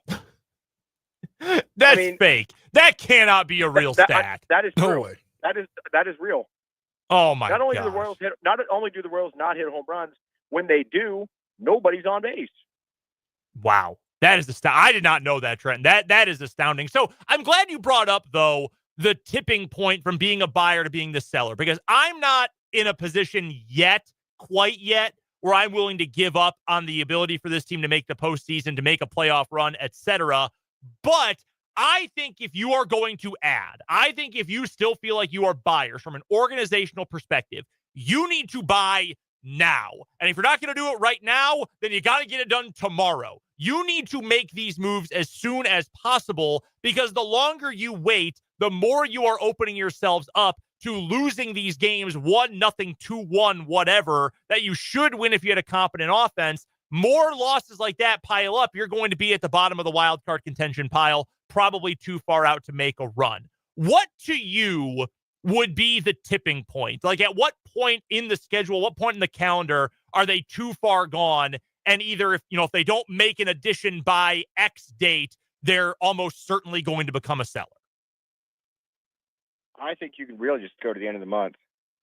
This is a really brutal month for the Royals, and this is why they need to sweep this series, because you look at the Royals' schedule after this: 3 in Texas, 3 in San Diego. Then they come back home for the Rays. They did sweep the Rays, but they're playing better since the Royals played them. 3 at home against the Dodgers. And then you end the month, the last day of the month, you start a 4-game trip out in Seattle. Then you have 3 at Arizona. So if you're going to, I think the tipping point might be the next homestand. So you're looking Tuesday, June 24th, maybe that Monday, June 23rd on an off day. You come back from the West Coast with the Rangers and Padres. I think that might be where you look. And I know we've talked about this a lot, and I've talked with other people. The Royals have been treading water. They've had a winning month. They've had a 500 month or better every month. They're 3-7 so far this month. But at some point, you got to sink or swim. You can't tread water forever.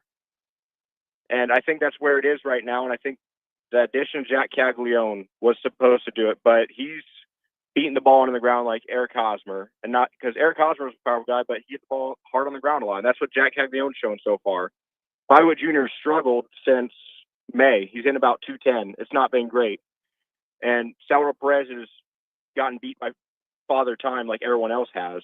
Vinny's been the only really good hitter. And again, referencing back to stuff that was said on the broadcast night, last year the Royals had a lot of guys that were hot at the same time. This year it's been one guy's been really good, and then the rest of the offense isn't. Right now, Vinny's been arguably one of the best players in the American League since the beginning of May, but he has no support around him. We're joined by Trenton Kraxner here, former intern. He now writes for RoyalsReview.com. And let's take a look at something positive here. A guy that we talked about probably about the first month and a half, a little over that into the season, was questioning him. Maybe they need to send him back down to the minors. Was Angel Zerpa. His first 15 games of the season, he had 12 earned runs, a 7.20 ERA. Last 14 games, about the same amount of innings pitched. He's got 1 earned run. He's got a .59 ERA. What do you think's led to his turnaround? I think moving him to low leverage and slowly working him back up has been a big key. Because I mean, it was a really brutal stretch at the beginning of the year for Zerpa. I mean, he was literally the fireman in the opposite sense that a fire would start when he came into the game. But he's been really good. And I think the low leverage, okay, built some confidence here or there, and then slowly working him multiple innings, like the Cardinals game, that second game in doubleheader, those 3 innings were huge. And I think keeping him out of those spots where it's second and third, 1 out or 2 outs, that's where he's really struggles with inherited runners on it. But when he's had a clean inning, he's been pretty good. I mean, he got bailed out last night by a diving catch by Kyle Isbell in the 6th. So he kind of had a little bit of luck right there getting bailed out with inherited runners after the short rain delay. But I think the big key is not thinking of him as that fireman. Giving him a clean inning has been really important for him. Another one from me here. It's keeping it with pitching. Lucas Erceg comes back. Last night he gives up a couple hits, but what are you looking forward to see from him here as they finally have Erceg and Estevez back in those 8 and 9 spots if they can hold some leads? It was a really interesting game for Lucas Erceg because he did not really throw that many fastballs last night. He's also maybe the worst fielding pitcher with that Looney Tunes Bad News Bears play that led to the Yankees' only run last night. And then you remember he broke Benny's thumb on the bad throw. So for a guy that used to play third base, he might be the worst fielder on the team at the pitching position. But it was a mixed bag last night. He struck out Aaron Judge, but he relied a lot on his off speed. And the tandem of him and Erceg is probably about as good as you're going to get in the back end of the American League when everyone's healthy. And you just got to get it to him, right? I mean, that's the big problem. You got to get to him. And the Royals got to have the offense to do that. Wrapping things up here with Trenton Kraxner of RoyalsReview.com, part of SB Nation. You can find him on Twitter at Kraxner Trenton, joining us on the Fleming Place Wine and Spirits Hotline. We only have so much time in the hour, Trenton, so hold, rein yourself in a little bit. But I did want to ask you about Matt Quatraro, because going back to last year, we remember on this very program, you were probably, of the 4 of us, the most bearish on Matt Quatraro as the Royals manager. Similarly to the Royals' ability to contend this year, I am not out on Q by any means. I do think there are some very obvious weak areas for him. I think he's been more good than bad, but there have been several instances recently, pulling Noah Cameron early, for example, in that doubleheader, or leaving Cole Reagans in too long, whatever it ends up being. There have been some moments recently that I think have really highlighted mistakes he has made regarding his feel for the game. I am also a believer, though, that at some point, your guys got to play. These guys are getting paid to go out there and perform, and it might not be a great roster, but at some point, the guys have to hit. Matt Quatrero can't swing the bat for them. Where do you land on right now, like right today, June 13th, Friday afternoon? How much blame on Matt Quatrero? How much of the blame should we lay at the feet of Matt Quatrero for where the Royals are as we stand today, one game under 500? If I had to scale it 1 to 10, I'd probably give him a 6 because I think most of the problems are on the 3 hitting coaches. And there's, like you said, only so much that Q can do. And does he make bad in-game decisions? Yeah, for the most part, I think he does. I think it's what I talked about last year. I don't think he has feel for the game. I think he's probably a great guy in the clubhouse. To me, he's nothing more than a bench coach. But he's kind of had a crappy hand dealt to him this year because the hitting's been awful, and that falls on the 3 different hitting coaches. What are those guys telling these people? Like, how has everyone regressed from last year? Who's really taken a step forward on the offense, except maybe Drew Waters a little bit, but he's cooled off after his hot start. Like, that's the thing to me. And I don't think you put too much blame on him. I think Alex Zumwalt and company, they're 2 guys. Because Alex Zumwalt was a minor league pitcher. How is he a major league hitting coach? Would you expect Carter Jensen or some minor league player to be a pitching coach one day? It just doesn't add up to me. And I know the guys in the organization, Alex Zumwalt's held in very high regard because he had success in the minor league. But ever since Vinny broke his thumb last year, the Royals are one of the worst offenses in baseball, and it's about 100 games of data now. I think more blame goes on Alex Zumwalt, and I can't remember their 2 guys' name right now that are also co-hitting coaches with him. But I think the blame falls on them. Take a little bit of blame off Q. But yeah, I just have a quick question for both of you guys. Hit us with it. All right. So yeah, I've discussed this with some of my friends, and I know I had cult of personality. Now, if I made the MLB, that would be one of my 3 choices for a walk-up song. That, War Pigs by Black Sabbath, or Slow Chemical, what Kane came out to in like 2003 for WWE. Wow. So my question to you is, what would your walk-up song be if you made it to the MLB? This is perfect timing because we actually talked about this on the show. What was that, Spencer? Like 3 weeks ago, maybe 2 weeks ago. My answer was I was just going to steal Paul Konerko's and use Harvester of Sorrow by Metallica. I can't remember what mine was, but it would be Ain't No Love in Oklahoma by Luke Combs. I think that's what it was. I think it was Luke Combs. Yeah. That's just so energetic for me. By the way, I'm going to call out our guy here. Spencer did not know Cult of Personality by name. That's okay. I knew the sound. Not everyone's a WWE fan. Yeah, I knew the sound. I had heard it at some point. That song was popular before CM Punk, for what it's worth. Listen to the lyrics. Same with War Pigs. Just listen to the lyrics. It tells a story.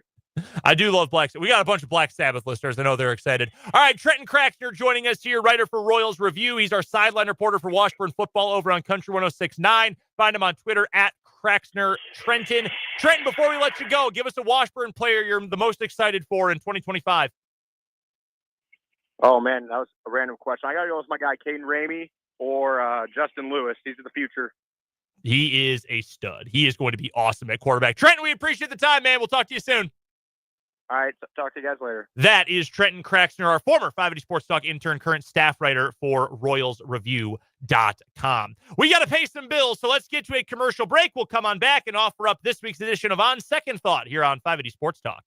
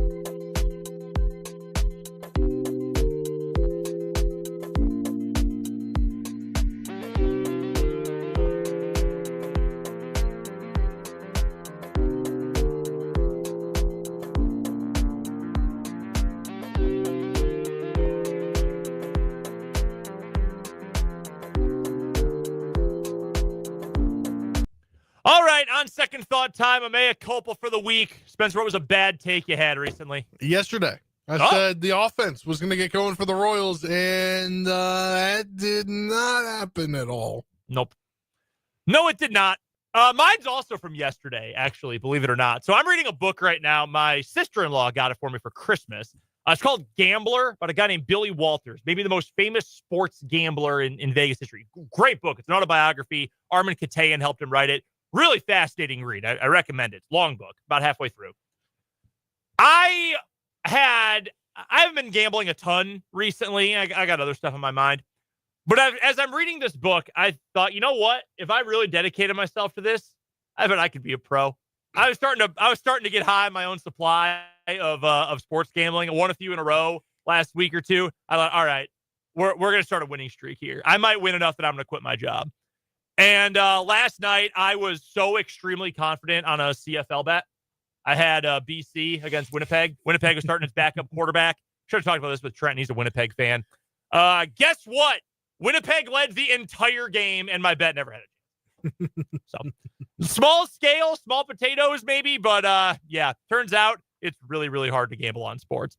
By the way, before we get to the end of this hour, I wanted to remind you guys to go check out my good friends at Calhoun's Jewelers. For all you guys who have an anniversary during the summer months, maybe you had a fall wedding back in the day, you got to get ready for an anniversary present. Maybe you have a wedding coming up soon. Go check out my friends at Calhoun's Jewelers. They are always so good to me, to my wife, whenever we go in needing anything. The staff is absolutely wonderful, an incredible selection as well. You can even check out their selection online. So go give my friends at Calhoun's Jewelers a visit at 1801 Southwest Gage Boulevard right here in the capital city, or find them online at calhounsjewelers.com. 1 hour left of 580 Sports Talk. We'll preview Royals A's. We've got our headlines, and we'll do a little Ask Me Anything to end the week on 580 Sports Talk.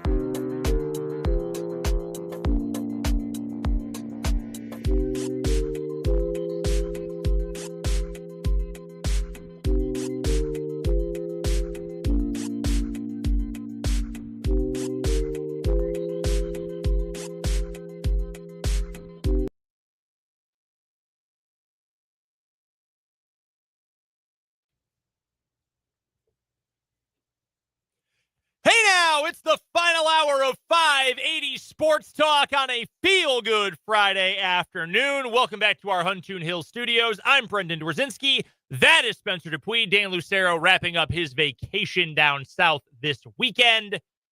He'll be back with us coming up on Monday. We thank you for being a part of the show today, whether you're listening on 580 AM or 104.9 FM in the capital city, online at 580wibw.com, or checking us out on the 580 Sports Talk YouTube channel. We thank you for spending some of your weekday hours with us, your afternoon hours with us on this Friday. I know you only get so many hours in a week, so thank you for spending some of them here with the two of us on 580 Sports Talk. If you have missed any of the show today, do not fret.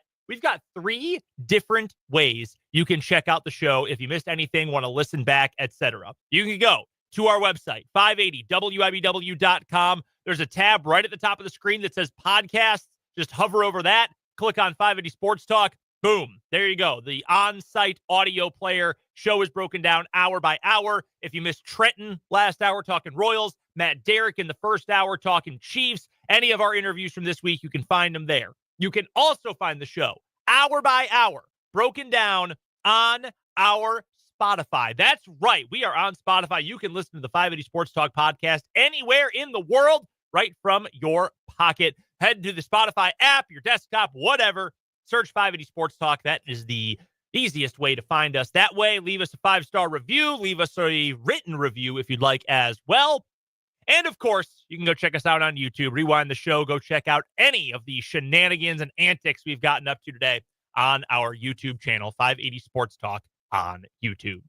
We're going to do some Ask Us Anything at the end of the hour today. That's how we'll send you into this Father's Day weekend. Already have a couple in from the YouTube comments. We've got one about ice cream. We've got one about movies. So we'll take all of those. We'll get to as many as we can. So send them in. Text line number 785-272-9429, or leave us a YouTube comment, Facebook comment as well. We are streaming on Facebook. Forget about that, but we are streaming there. Leave us a comment, and we will get to as many questions. They can be about anything, sports or not sports, whatever you want to ask.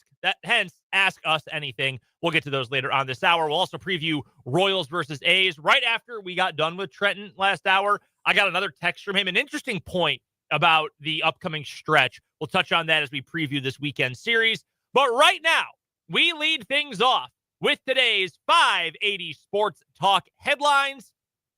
And we are going to lead today. We're going to lead with this NFL headline because he's still a big name, and this story is crazy. But a headline from the Washington Post, ex-NFL star Antonio Brown sought on attempted murder charge. Wow. The charge stems from an incident outside a boxing event in Miami last month. This is the writing of David Oval of, again, the Washington Post. Authorities in Miami-Dade County are seeking to arrest former NFL wide receiver Antonio Brown on a charge of attempted murder stemming from a shooting at a celebrity boxing event back in May. The warrant, which was signed Wednesday this week, lists the charge of attempted murder with a firearm and calls for Brown to post $10,000 bond plus house arrest pending trial. Efforts to reach him were unsuccessful on Thursday evening. It is unclear whether he is represented by an attorney or not. A spokesman for the Miami-Dade State Attorney's Office in Florida declined to comment. The criminal charges stem from an incident outside a boxing event in the Little Haiti neighborhood of Miami recently, when Brown was detained by police and was released hours later. According to the warrant, officers responded to a report of gunshots outside the venue just before midnight on May 16th. When they arrived, an off-duty officer working security said he left the venue after being told of the sound of gunfire, and then he observed Brown in a physical altercation with another man. This is horrific. Antonio Brown, it's really sad, and there's a lot of reasons that, and he might not be guilty. I mean, I have no idea. He's just being looked after, but they do want to arrest the guy.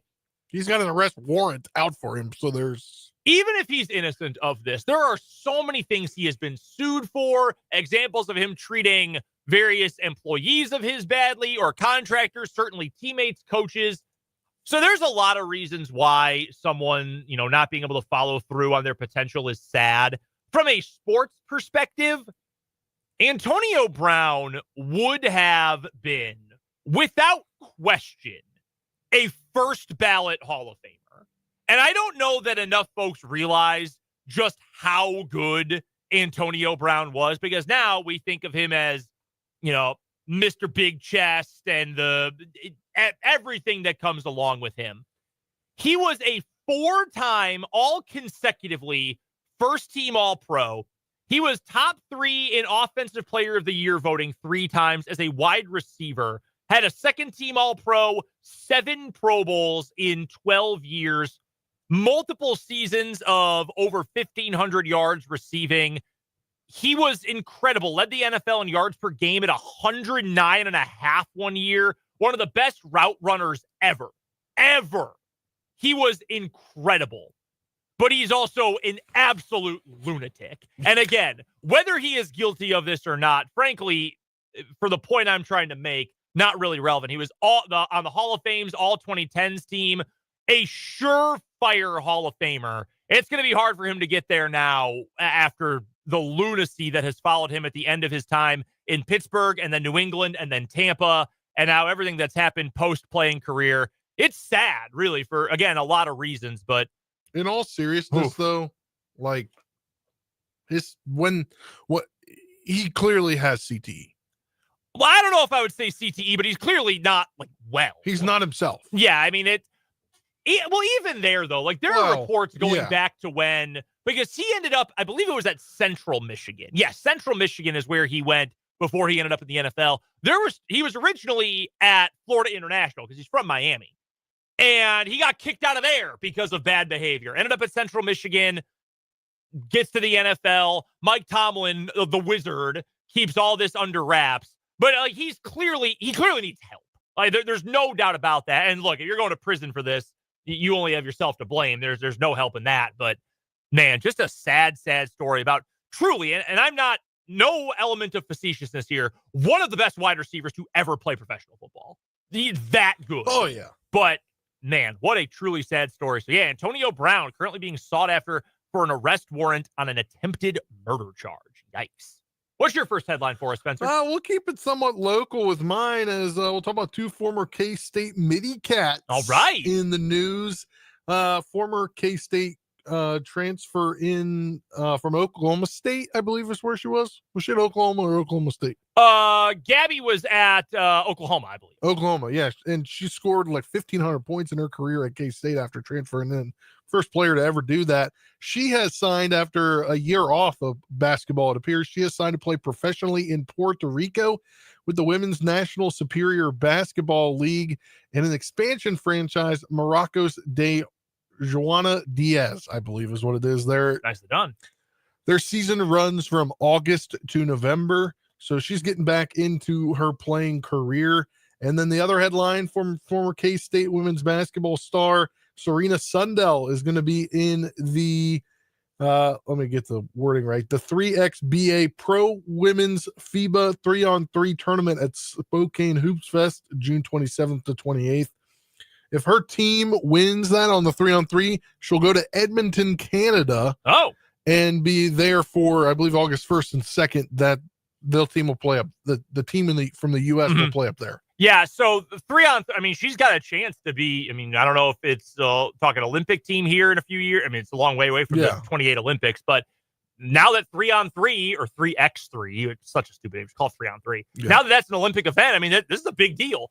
You know what else is a big deal? Spokane Hoop Fest. I can tell you that for sure. My wife, very familiar with Spokane, Washington, having grown up and spent a lot of time in Eastern Washington. It is a massive deal. In fact, Coach Matt Barrero, one of the assistants for the Washburn women's team, has spent a lot of time up there. I think he might be from Spokane originally. Coach, if you're listening, remind me. But I know he's gone many times to Hoop Fest. We were talking about this at the coach's show a couple years ago. It is a massive basketball gathering. It is incredible. All this talent, youth, adult, semi-pro, it's all over the map, congregating in Spokane, Washington for this huge event. So very cool for Serena that she's able to play there. One more thought on her, and I know we've talked about this on the show before. We talked about it, in fact, when she got cut by the Storm. Yeah. The WNBA needs expansion badly. And it's great that there are, just like in the men's game, there are more and more places overseas where you can play now and can continue a pro career. That's awesome. The WNBA probably needs to keep expanding because draft picks, even first-round picks sometimes, get cut before they ever play a game. That's the problem about their draft is there's more players coming into the league than they have roster spots. Yeah, and that's a problem. Like a quarter of you take every team's roster, and so the total number of players in a year, you could theoretically replace a quarter of the league every year with the draft. It's nuts. It is truly, truly crazy. They're going to keep adding teams, which is good. I mean, it's popular. People are going to keep watching. They gotta keep expanding. Gabby Gregory, I've said this before. Happy for her that she'll get to keep playing in Puerto Rico. Gabby Gregory is like the ideal version of a modern day transfer. She spent 3 years at Oklahoma. She's from Oklahoma. She's from Tulsa. I have it right in front of me. She's from Tulsa. She came to K-State and bought all the way in. She embraced Manhattan and the K-State program and everything it meant to wear that Power Cat and to wear Wildcats on the jersey and, you know, the whole Gap Goat thing. She was incredibly popular with K-State fans. I'm speaking for you guys, but I know that to be true. She really bought into being a K-Stater, and there's so much, and I'm not trying to, you know, put guys down because we're going to get to another transfer story here in a second. I'm not trying to put anyone down in particular. It's the name of the game. I got no problem with it, but a lot of mercenaries out there. You want a K-State example? Coleman Hawkins was a mercenary, and that's fine. And Hunter Dickinson, kind of, he spent a couple years at KU, but like guys like that are mercenaries, and that is okay. So to see someone, though, like Gabby, who went all the way in and just embraced everything about K-State, that was really, really cool to see during her time in Manhattan. Speaking of transfers, let's get to our next 580 Sports Talk headline. This is from Chris Vanini of The Athletic. The headline is college football's hopes to rein in transfers with one portal window is gaining momentum. Chris writes this: with the House versus NCAA settlement finally approved, the people in charge of college football are turning quickly to the sport's next potential rules changes. At the top of the list, moving to a single transfer portal window for football instead of the current two windows, one in December and one in April. At the SEC meetings last month, Kirby Smart of Georgia called it, quote, the biggest decision that has to be made in college football right now. So this is from, again, Chris Vanini and his reporting at The Athletic. According to several people involved in the process, granted anonymity to make sure they can talk about these formal discussions, early January is currently the option with the most momentum for shrinking down from two portal windows to just one. One person described it as an 80-20 split in favor of a January window. At its annual convention this January in Charlotte, the American Football Coaches Association, the AFCA, proposed a window from January 2nd to 12th. That was following a unanimous vote of dozens of FBS coaches in attendance. That would allow most schools to finish their season with their full team, bowl games as well. And then starting January 2nd, right after the holiday, guys could jump into the portal. Then by having a portal window earlier than the April window, guys would have already committed in all likelihood by the time you start spring practice. And you go through your 3 weeks and 15 practices and spring games and all that. I think this is good. My one gripe is the theoretical window being reported here is January 2nd through 12th.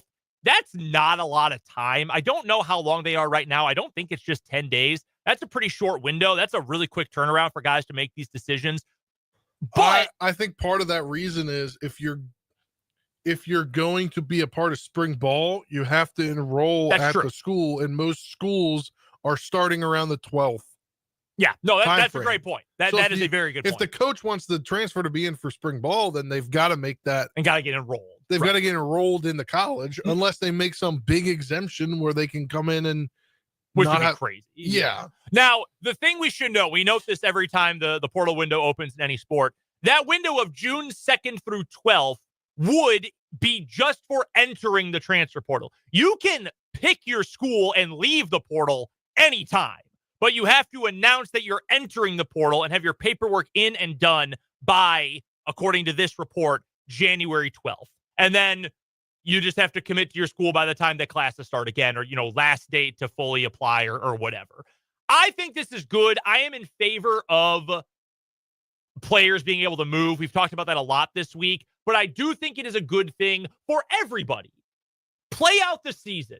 Go through your bowl games. Guys are still going to sit out to get ready for the NFL. That's fine. But stick with your team so you're not bailing out in, week 12, week 13. Stick with them through the season. And then teams are actually able to go through a real spring practice. And maybe schools like Nebraska, more on them in a second, or Ohio State, these places that are getting rid of spring games because they're afraid of having, practice film poached and guys poached away into the portal. You don't have to worry about that anymore. I am in favor of this. I think there's some kinks to work out, but I personally am at least in favor of this single window.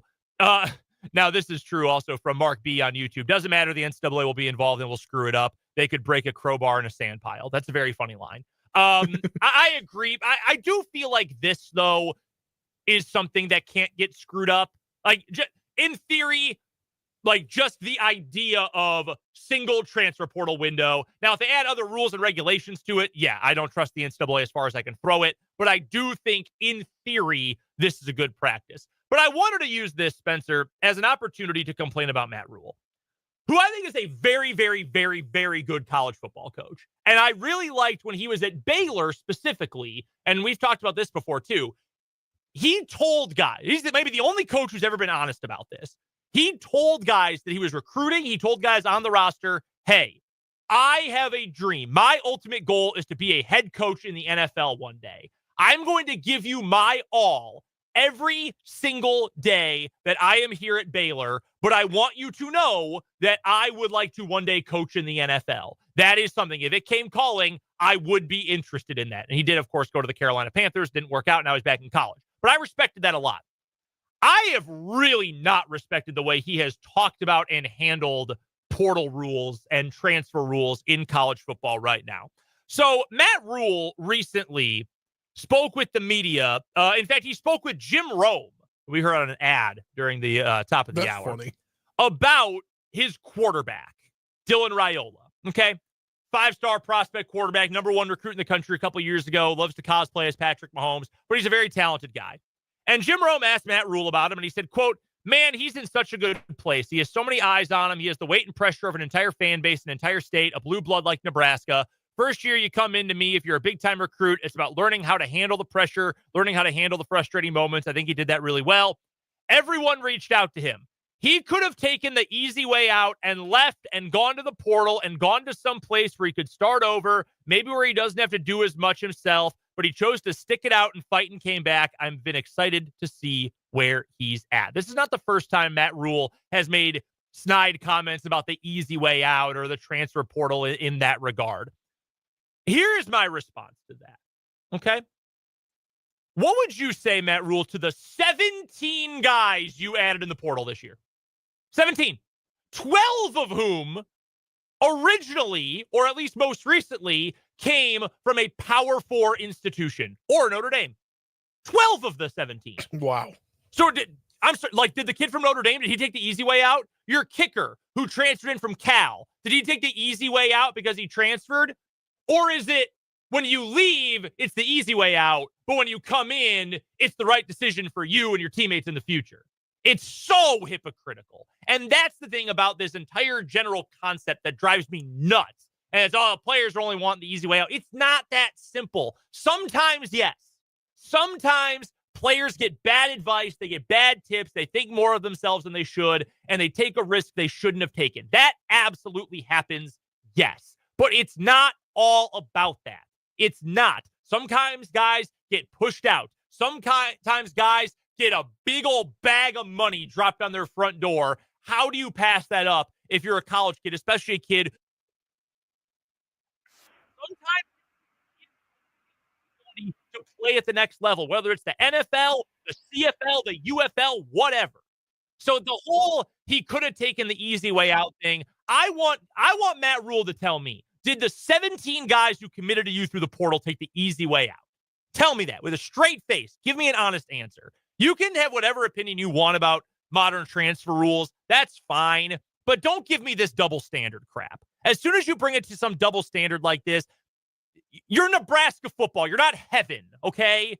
That's not how this works. That bothers me. I like Matt Rule, but that way he has shared that opinion, that has rubbed me the wrong way.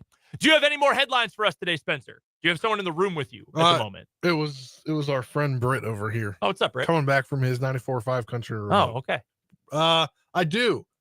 Rams offensive tackle Derrick Jackson, a key member of their O-line who just signed an extension. Unfortunately, he's dealing with blood clots once again, per Ian Rappaport from the NFL Insider, similar to what he had in 2022. While the belief is he'll play in 2025, there are still questions, and that explains yesterday while we saw that former Chief DJ Humphries, left tackle, signed with the Rams. Yep, had to get a little offensive line depth. They were kind of short on depth anyway, and if he's dealing with that, they clearly need it. Rob Havenstein, their right tackle as well, had double shoulder cleanup surgeries or scopes this offseason. So he also, you got to wonder what his future here is going to look like health-wise. I wish the best for Derrick Jackson. Blood clots are scary, man. That is a really scary thing, especially for it to have happened twice. I'm glad we have better screening for this now because it feels like there's been an uptick in this. I don't know if you felt the same way. Like stories about blood clots, I feel like are more common. And I think that's probably a reflection more than anything of just better screening and knowing what to look for and what to test for, which is great. Now, I will also say this. I am really glad he didn't hit the market and the Chiefs didn't spend for him because that was my pick. That was the guy I wanted really badly as the Chiefs left tackle in free agency this year before they signed Jalen Moore. And I'm fine with the Jalen Moore signing, but I really wanted Derrick Jackson. I think he's a good player. I wish him the best. That's scary, man. And you know what else, to be completely honest with you, is kind of scary? The idea that DJ Humphries might start for them week 1. Yeah. Like, he could not get on the field for a Chiefs team that desperately needed tackle help. And now he might start week 1 for the Rams. That would be kind of scary if I was Sean McVay and Matt Stafford. Let's get to a couple of championship updates. Why don't we start with the U.S. Open leaderboard? Spencer, you've got to look at it for us. We've got a new tie for the lead. We mentioned yesterday, JJ Spawn was the leader. He's now tied for first. He is just about done for the day. He shot 1 over. He's through 17, so about to head in off the 18th, but has not finished yet. Sam Burns has jumped today. He shot 5 under today. He's now 3 under through the day as we get set for the weekend. Other notable names that are at the top of the leaderboard. Victor Hovland tied for 4th, 1 under par, was 2 under today. Adam Scott even. He was even today. Brooks Koepka tied for 10th plus 2 over, was 4 over for the day. Let me go down here. There's a couple other guys. Not a ton of big names near the top of the leaderboard. Scotty Scheffler tied for 25th. He shot a 1 over today. He is 4 over. The cut line is at 7 over, and unfortunately, the professional franchise for Topeka. Well, Gary Woodland didn't make the cut along with Rory McIlroy. Yeah, the U.S. Open's tough. I don't know a lot about golf, but I do know that. Bryson DeChambeau, last year's winner, he didn't make the cut either. He missed by a couple of strokes, in fact. I know yesterday there was a lot of talk that, oh, my God, this course is too easy. Were they Oakmont, if I believe? The 125th U.S. Open at Oakmont. Course bounced back today. Not for Sam Burns, who was awesome. He jumped 32 spots on the leaderboard. And again, like you mentioned, 5 under par for the round. Yeah. But a lot of guys came back to the pack today. A lot of them. JJ Spawn among them. Yeah, I mean, Jason Day, a notable name. He was 300 for the day. He jumped 85 spots along with Max Gracerman. Never heard of him, but nope. They jumped 85 spots from where they were yesterday. That's wild. That really is wild. All right, with that, let's round out today's 580 Sports Talk headlines with one more playoff roundup for the week. It's time for the 580 Sports Talk playoff roundup. Thank you, Spencer. And thank you, Spencer. All right. Last night, it was the Florida Panthers who had a meltdown. It was Edmonton in game 3. It was Florida in game 4. They were up 3-0, then fell behind 4-3, then tied it, and then lost in overtime. Leon Draisaitl with the winner for Edmonton. Series now tied at 2 apiece. They are headed back to the Prairies, Western Canada. Did that game turn the series? Did you watch the game last night? I did not. I saw the highlights. I did not see the whole game. I will say I saw a bunch of Travis Kelce and Taylor Swift. Yes, they were at the game. Man, I could take the entire rest of the show getting angry at people. Get Taylor Swift off my screen. Dude, she's on the screen for a couple moments. Shut up. Just it's fine. You'll live. I promise you'll live. I saw the highlights of the game. I am going to say no. This did not turn the series. I've still got Florida winning. I'm going to adjust my pick to Florida in 7 for the second year in a row, but I do think the Panthers just have a little too much juice. They were the better team for most of last night. Oh, yeah, they were. I'm going to pick Florida as I have before. Yep. I think they go 7, though. 7, yeah. Fun series so far. Been really fun for both the NHL and the NBA. Speaking of the NBA Finals, Game 4 tonight in Indianapolis. The Thunder trailing the Thunder, the heavy favorites in this series, but they're down 2-1. The Thunder have lost 4 of their last 6 playoff games on the road. They have not covered the spread in a single game on the road this postseason. They are the better team. I do believe that. So they're going to find their composure, right? I don't think so. I've changed my mind. They are a 6-point favorite tonight. That's according to our friends at Prairie Band Sportsbook. I mean, I feel like you've got to take Indy, right? Yeah. Thunder are 0-8 against the spread. I think I'm going to go with the Pacers here. I am too. I've switched my pick in the series. Ooh, Pacers in 7? Yeah, I think Pacers in 6. Yeah. I'm going to go Thunder in 7. I picked Thunder in 6, I picked Thunder in 5 originally, and I like this Pacers team. I think they're a lot of fun. I think Rick Carlisle is one of the best coaches in basketball. I don't know if he's in the Hall of Fame, but he should be. He will be eventually if they win this one. Maybe even if they don't win this one. But I still think the Thunder have a little bit too much talent. So I'm going to say Thunder get this one done in 7. I think they win tonight, but the Pacers cover. I think it'll be a 1-score game. I don't have a score, but I think the Pacers do win at home. That would be wild. Their home arena is raucous. Yeah, dude, it's sick. That crowd was awesome. And then you got Pat McAfee. Everyone in Indiana loves him, no matter what people think of him across the country. You got him ripping promos in the arena during the game. Reggie Miller sitting courtside. Yeah, it's going to be a fun environment. I think I'm going to take the Pacers to cover tonight. I think I will. After losing last night in the CFL, I'll try to bounce back tonight with some NBA. That does it for our playoff roundup. Coming up next, we'll preview Royals A's. Don't forget, we're looking for your questions about anything to us. We're going to do an Ask Us Anything to end the hour. We've got a handful of questions in. Appreciate you sending them in. If you've got any more, send them our way, whether on the text line or on the YouTube. We'll get to them later this hour on 580 Sports Talk.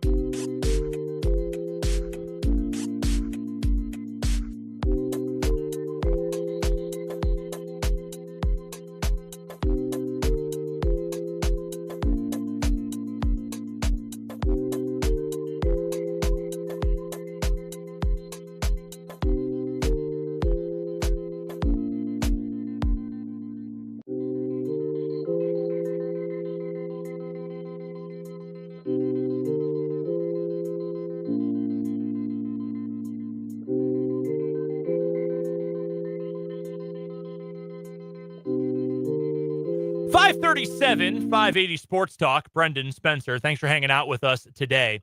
One story we didn't get to in headlines, but I would like to bring up, mostly because it came up on the show the other day.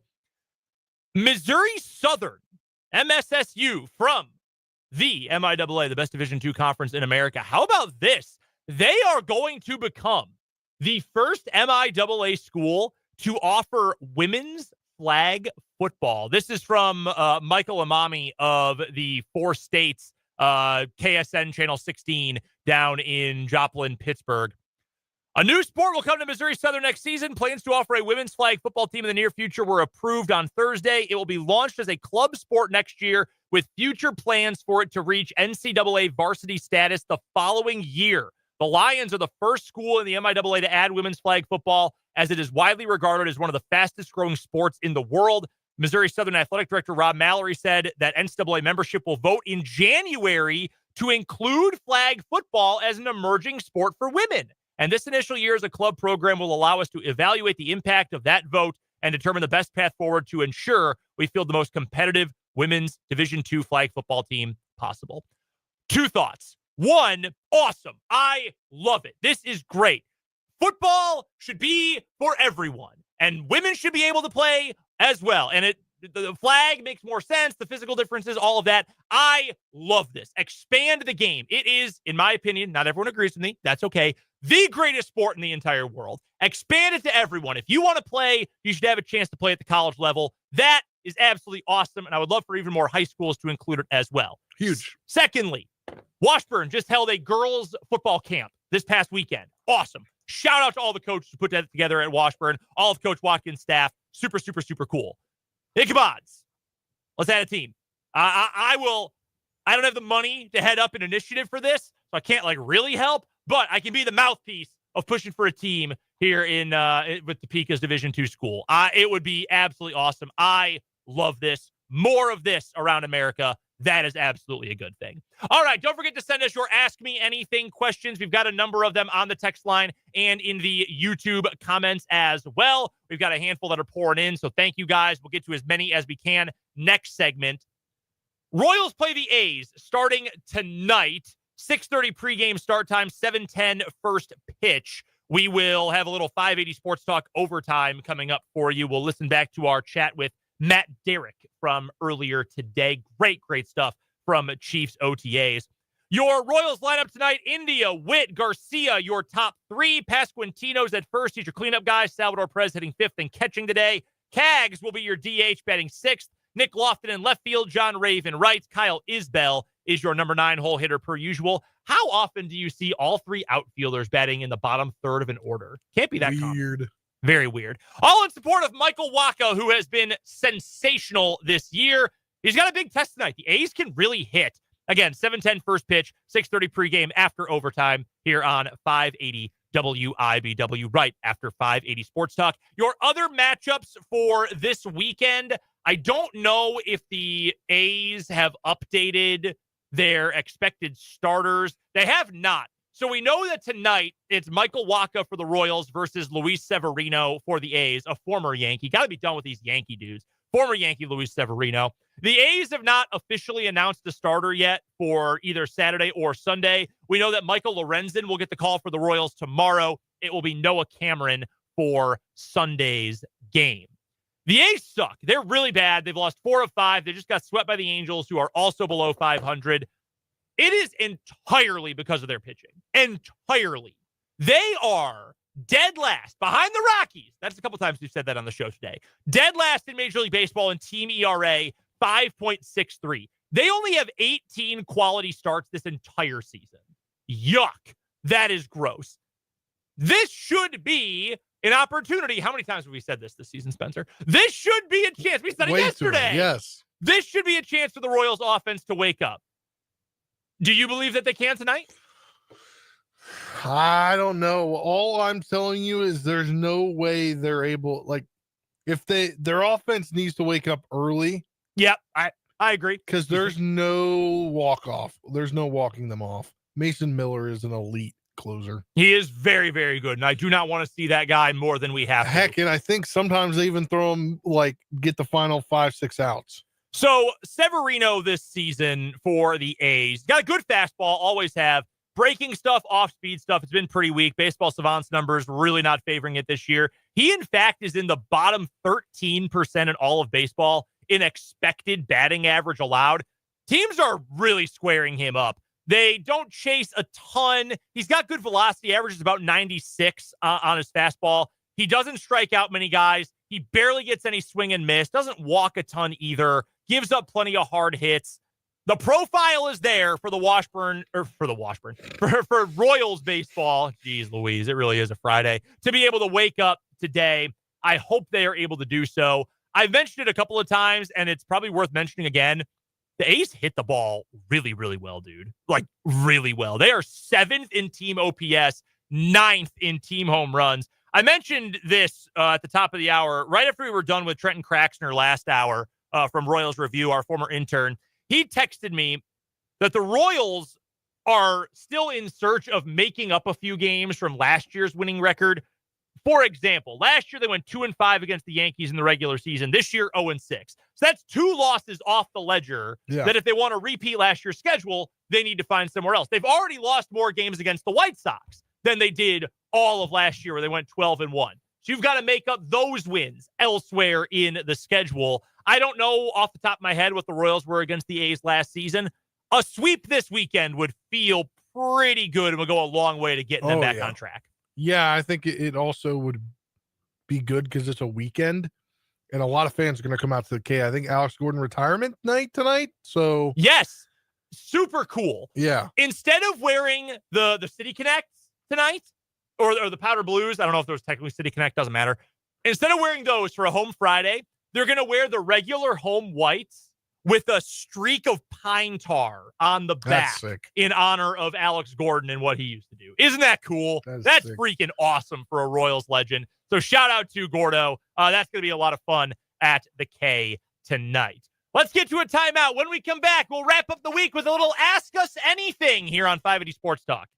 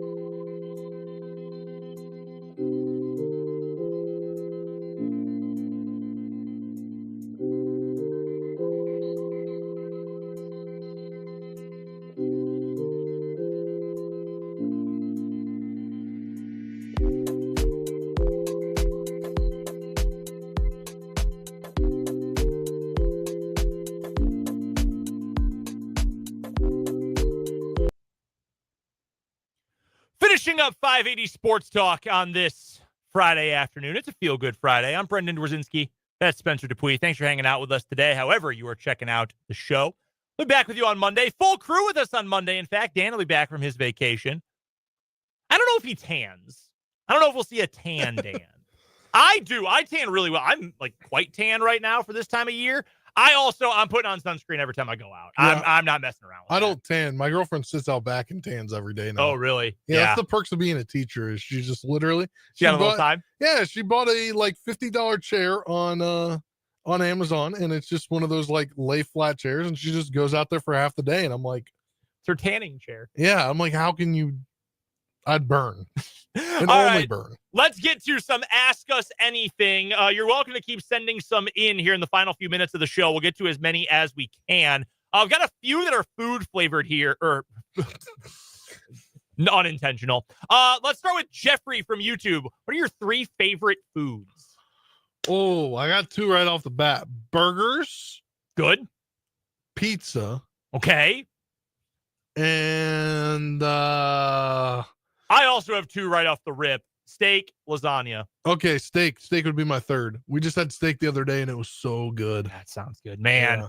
I think I am going to go ice cream. I think ice cream would be my 3rd. And that's not just because we have another question about ice cream here in a second. I eat a lot of ice cream. My wife told her coworkers one day a while back that we eat dessert almost every night and we have ice cream almost every night. They could not believe it. How do you do that?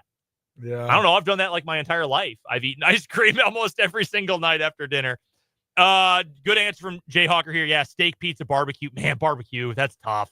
I might put like a good brisket. We I love are brisket. so I'm taking some time off, a day off on the 24th because we're gonna go to the Royals game. My girlfriend's friends are in town. Nice.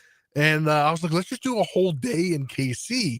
And I was like, we got to take them to a barbecue spot. Which one are you going to? I don't know. I'm thinking a different one since we went to Arthur Bryant's before. I'm thinking I got to try another one. Joe's.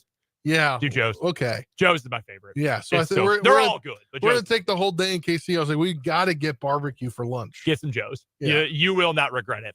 Speaking of, from Mark B on the YouTube, favorite ice cream flavor? Got some good answers here on the YouTube. It's between cookies and cream and chocolate chip cookie dough.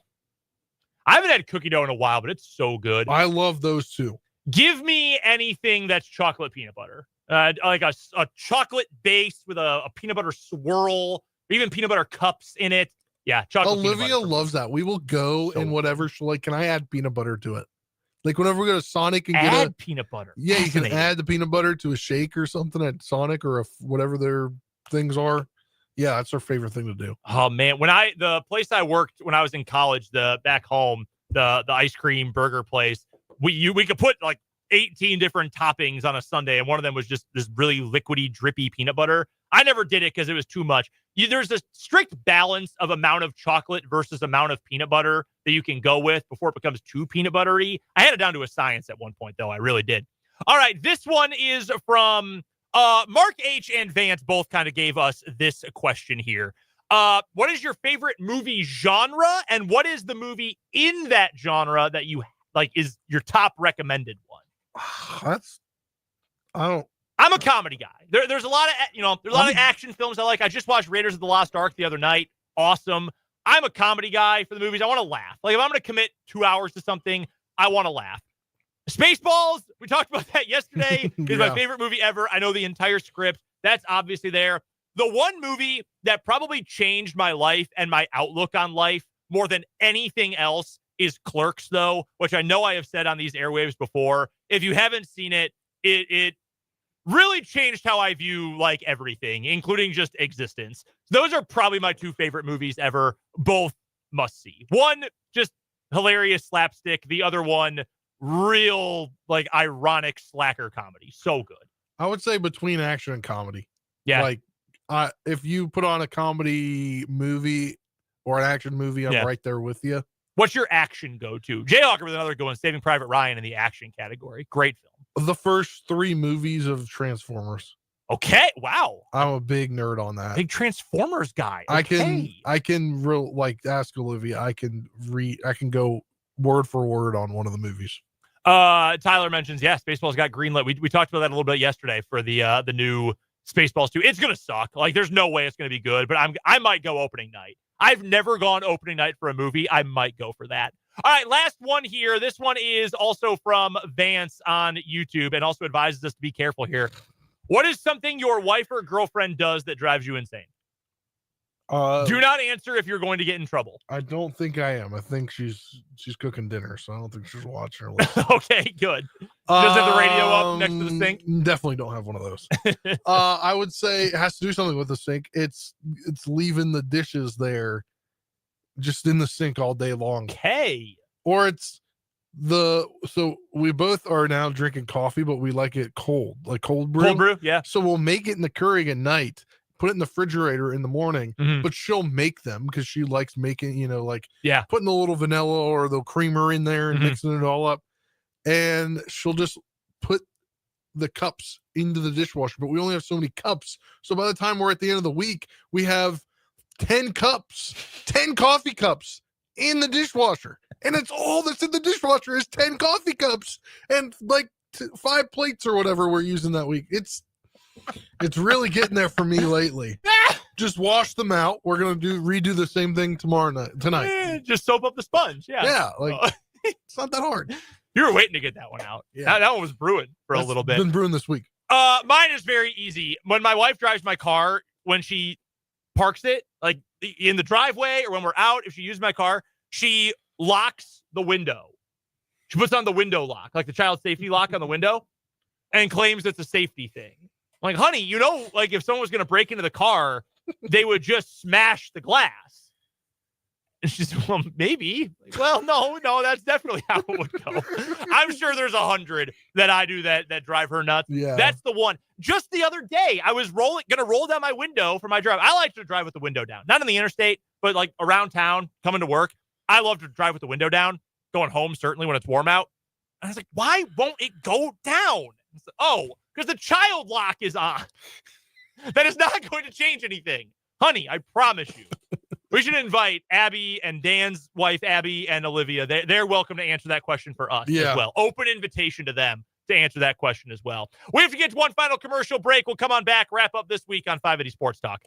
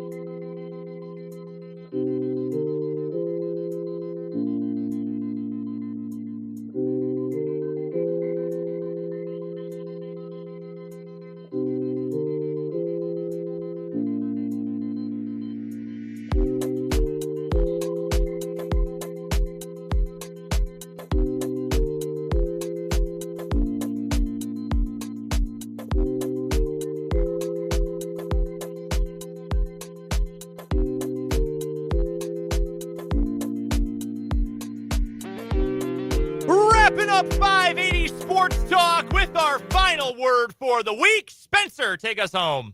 The Royals are facing the Athletics this weekend. I think this is time. This is where they can break out. Jack Caglione, homer this weekend. I'm calling it. Bobby Witt Jr. homer. Vinny hits a couple doubles. Salvi hits a couple doubles, and the boys are going to be playing some ball this weekend. I'm right there with you in terms of theme for my final word. If you're going to make a run, if you are going to get this offense figured out, you've got to do it now. The longer you wait, The more games where you leave yourself open to a loss because your offense is completely inept, stuck in the mud, however you want to describe it, the farther away from getting in with a wild card you are going to be in the playoff picture with this giant pileup of teams in the middle class of the American League. If you're going to add a bat, hopefully two, you've got to act as soon as possible if you're the Kansas City Royals. Thank you guys for all joining us this week. It has been a blast. Dan will be back with us coming up on Monday. If you missed any of the show, check out the podcast on our website or on Spotify or, of course, on the YouTube channel. Royals pregame starts at 6:30. Overtime is next. For Spencer Dupuis, I'm Brendan Dworzinski. This has been 580 Sports Talk.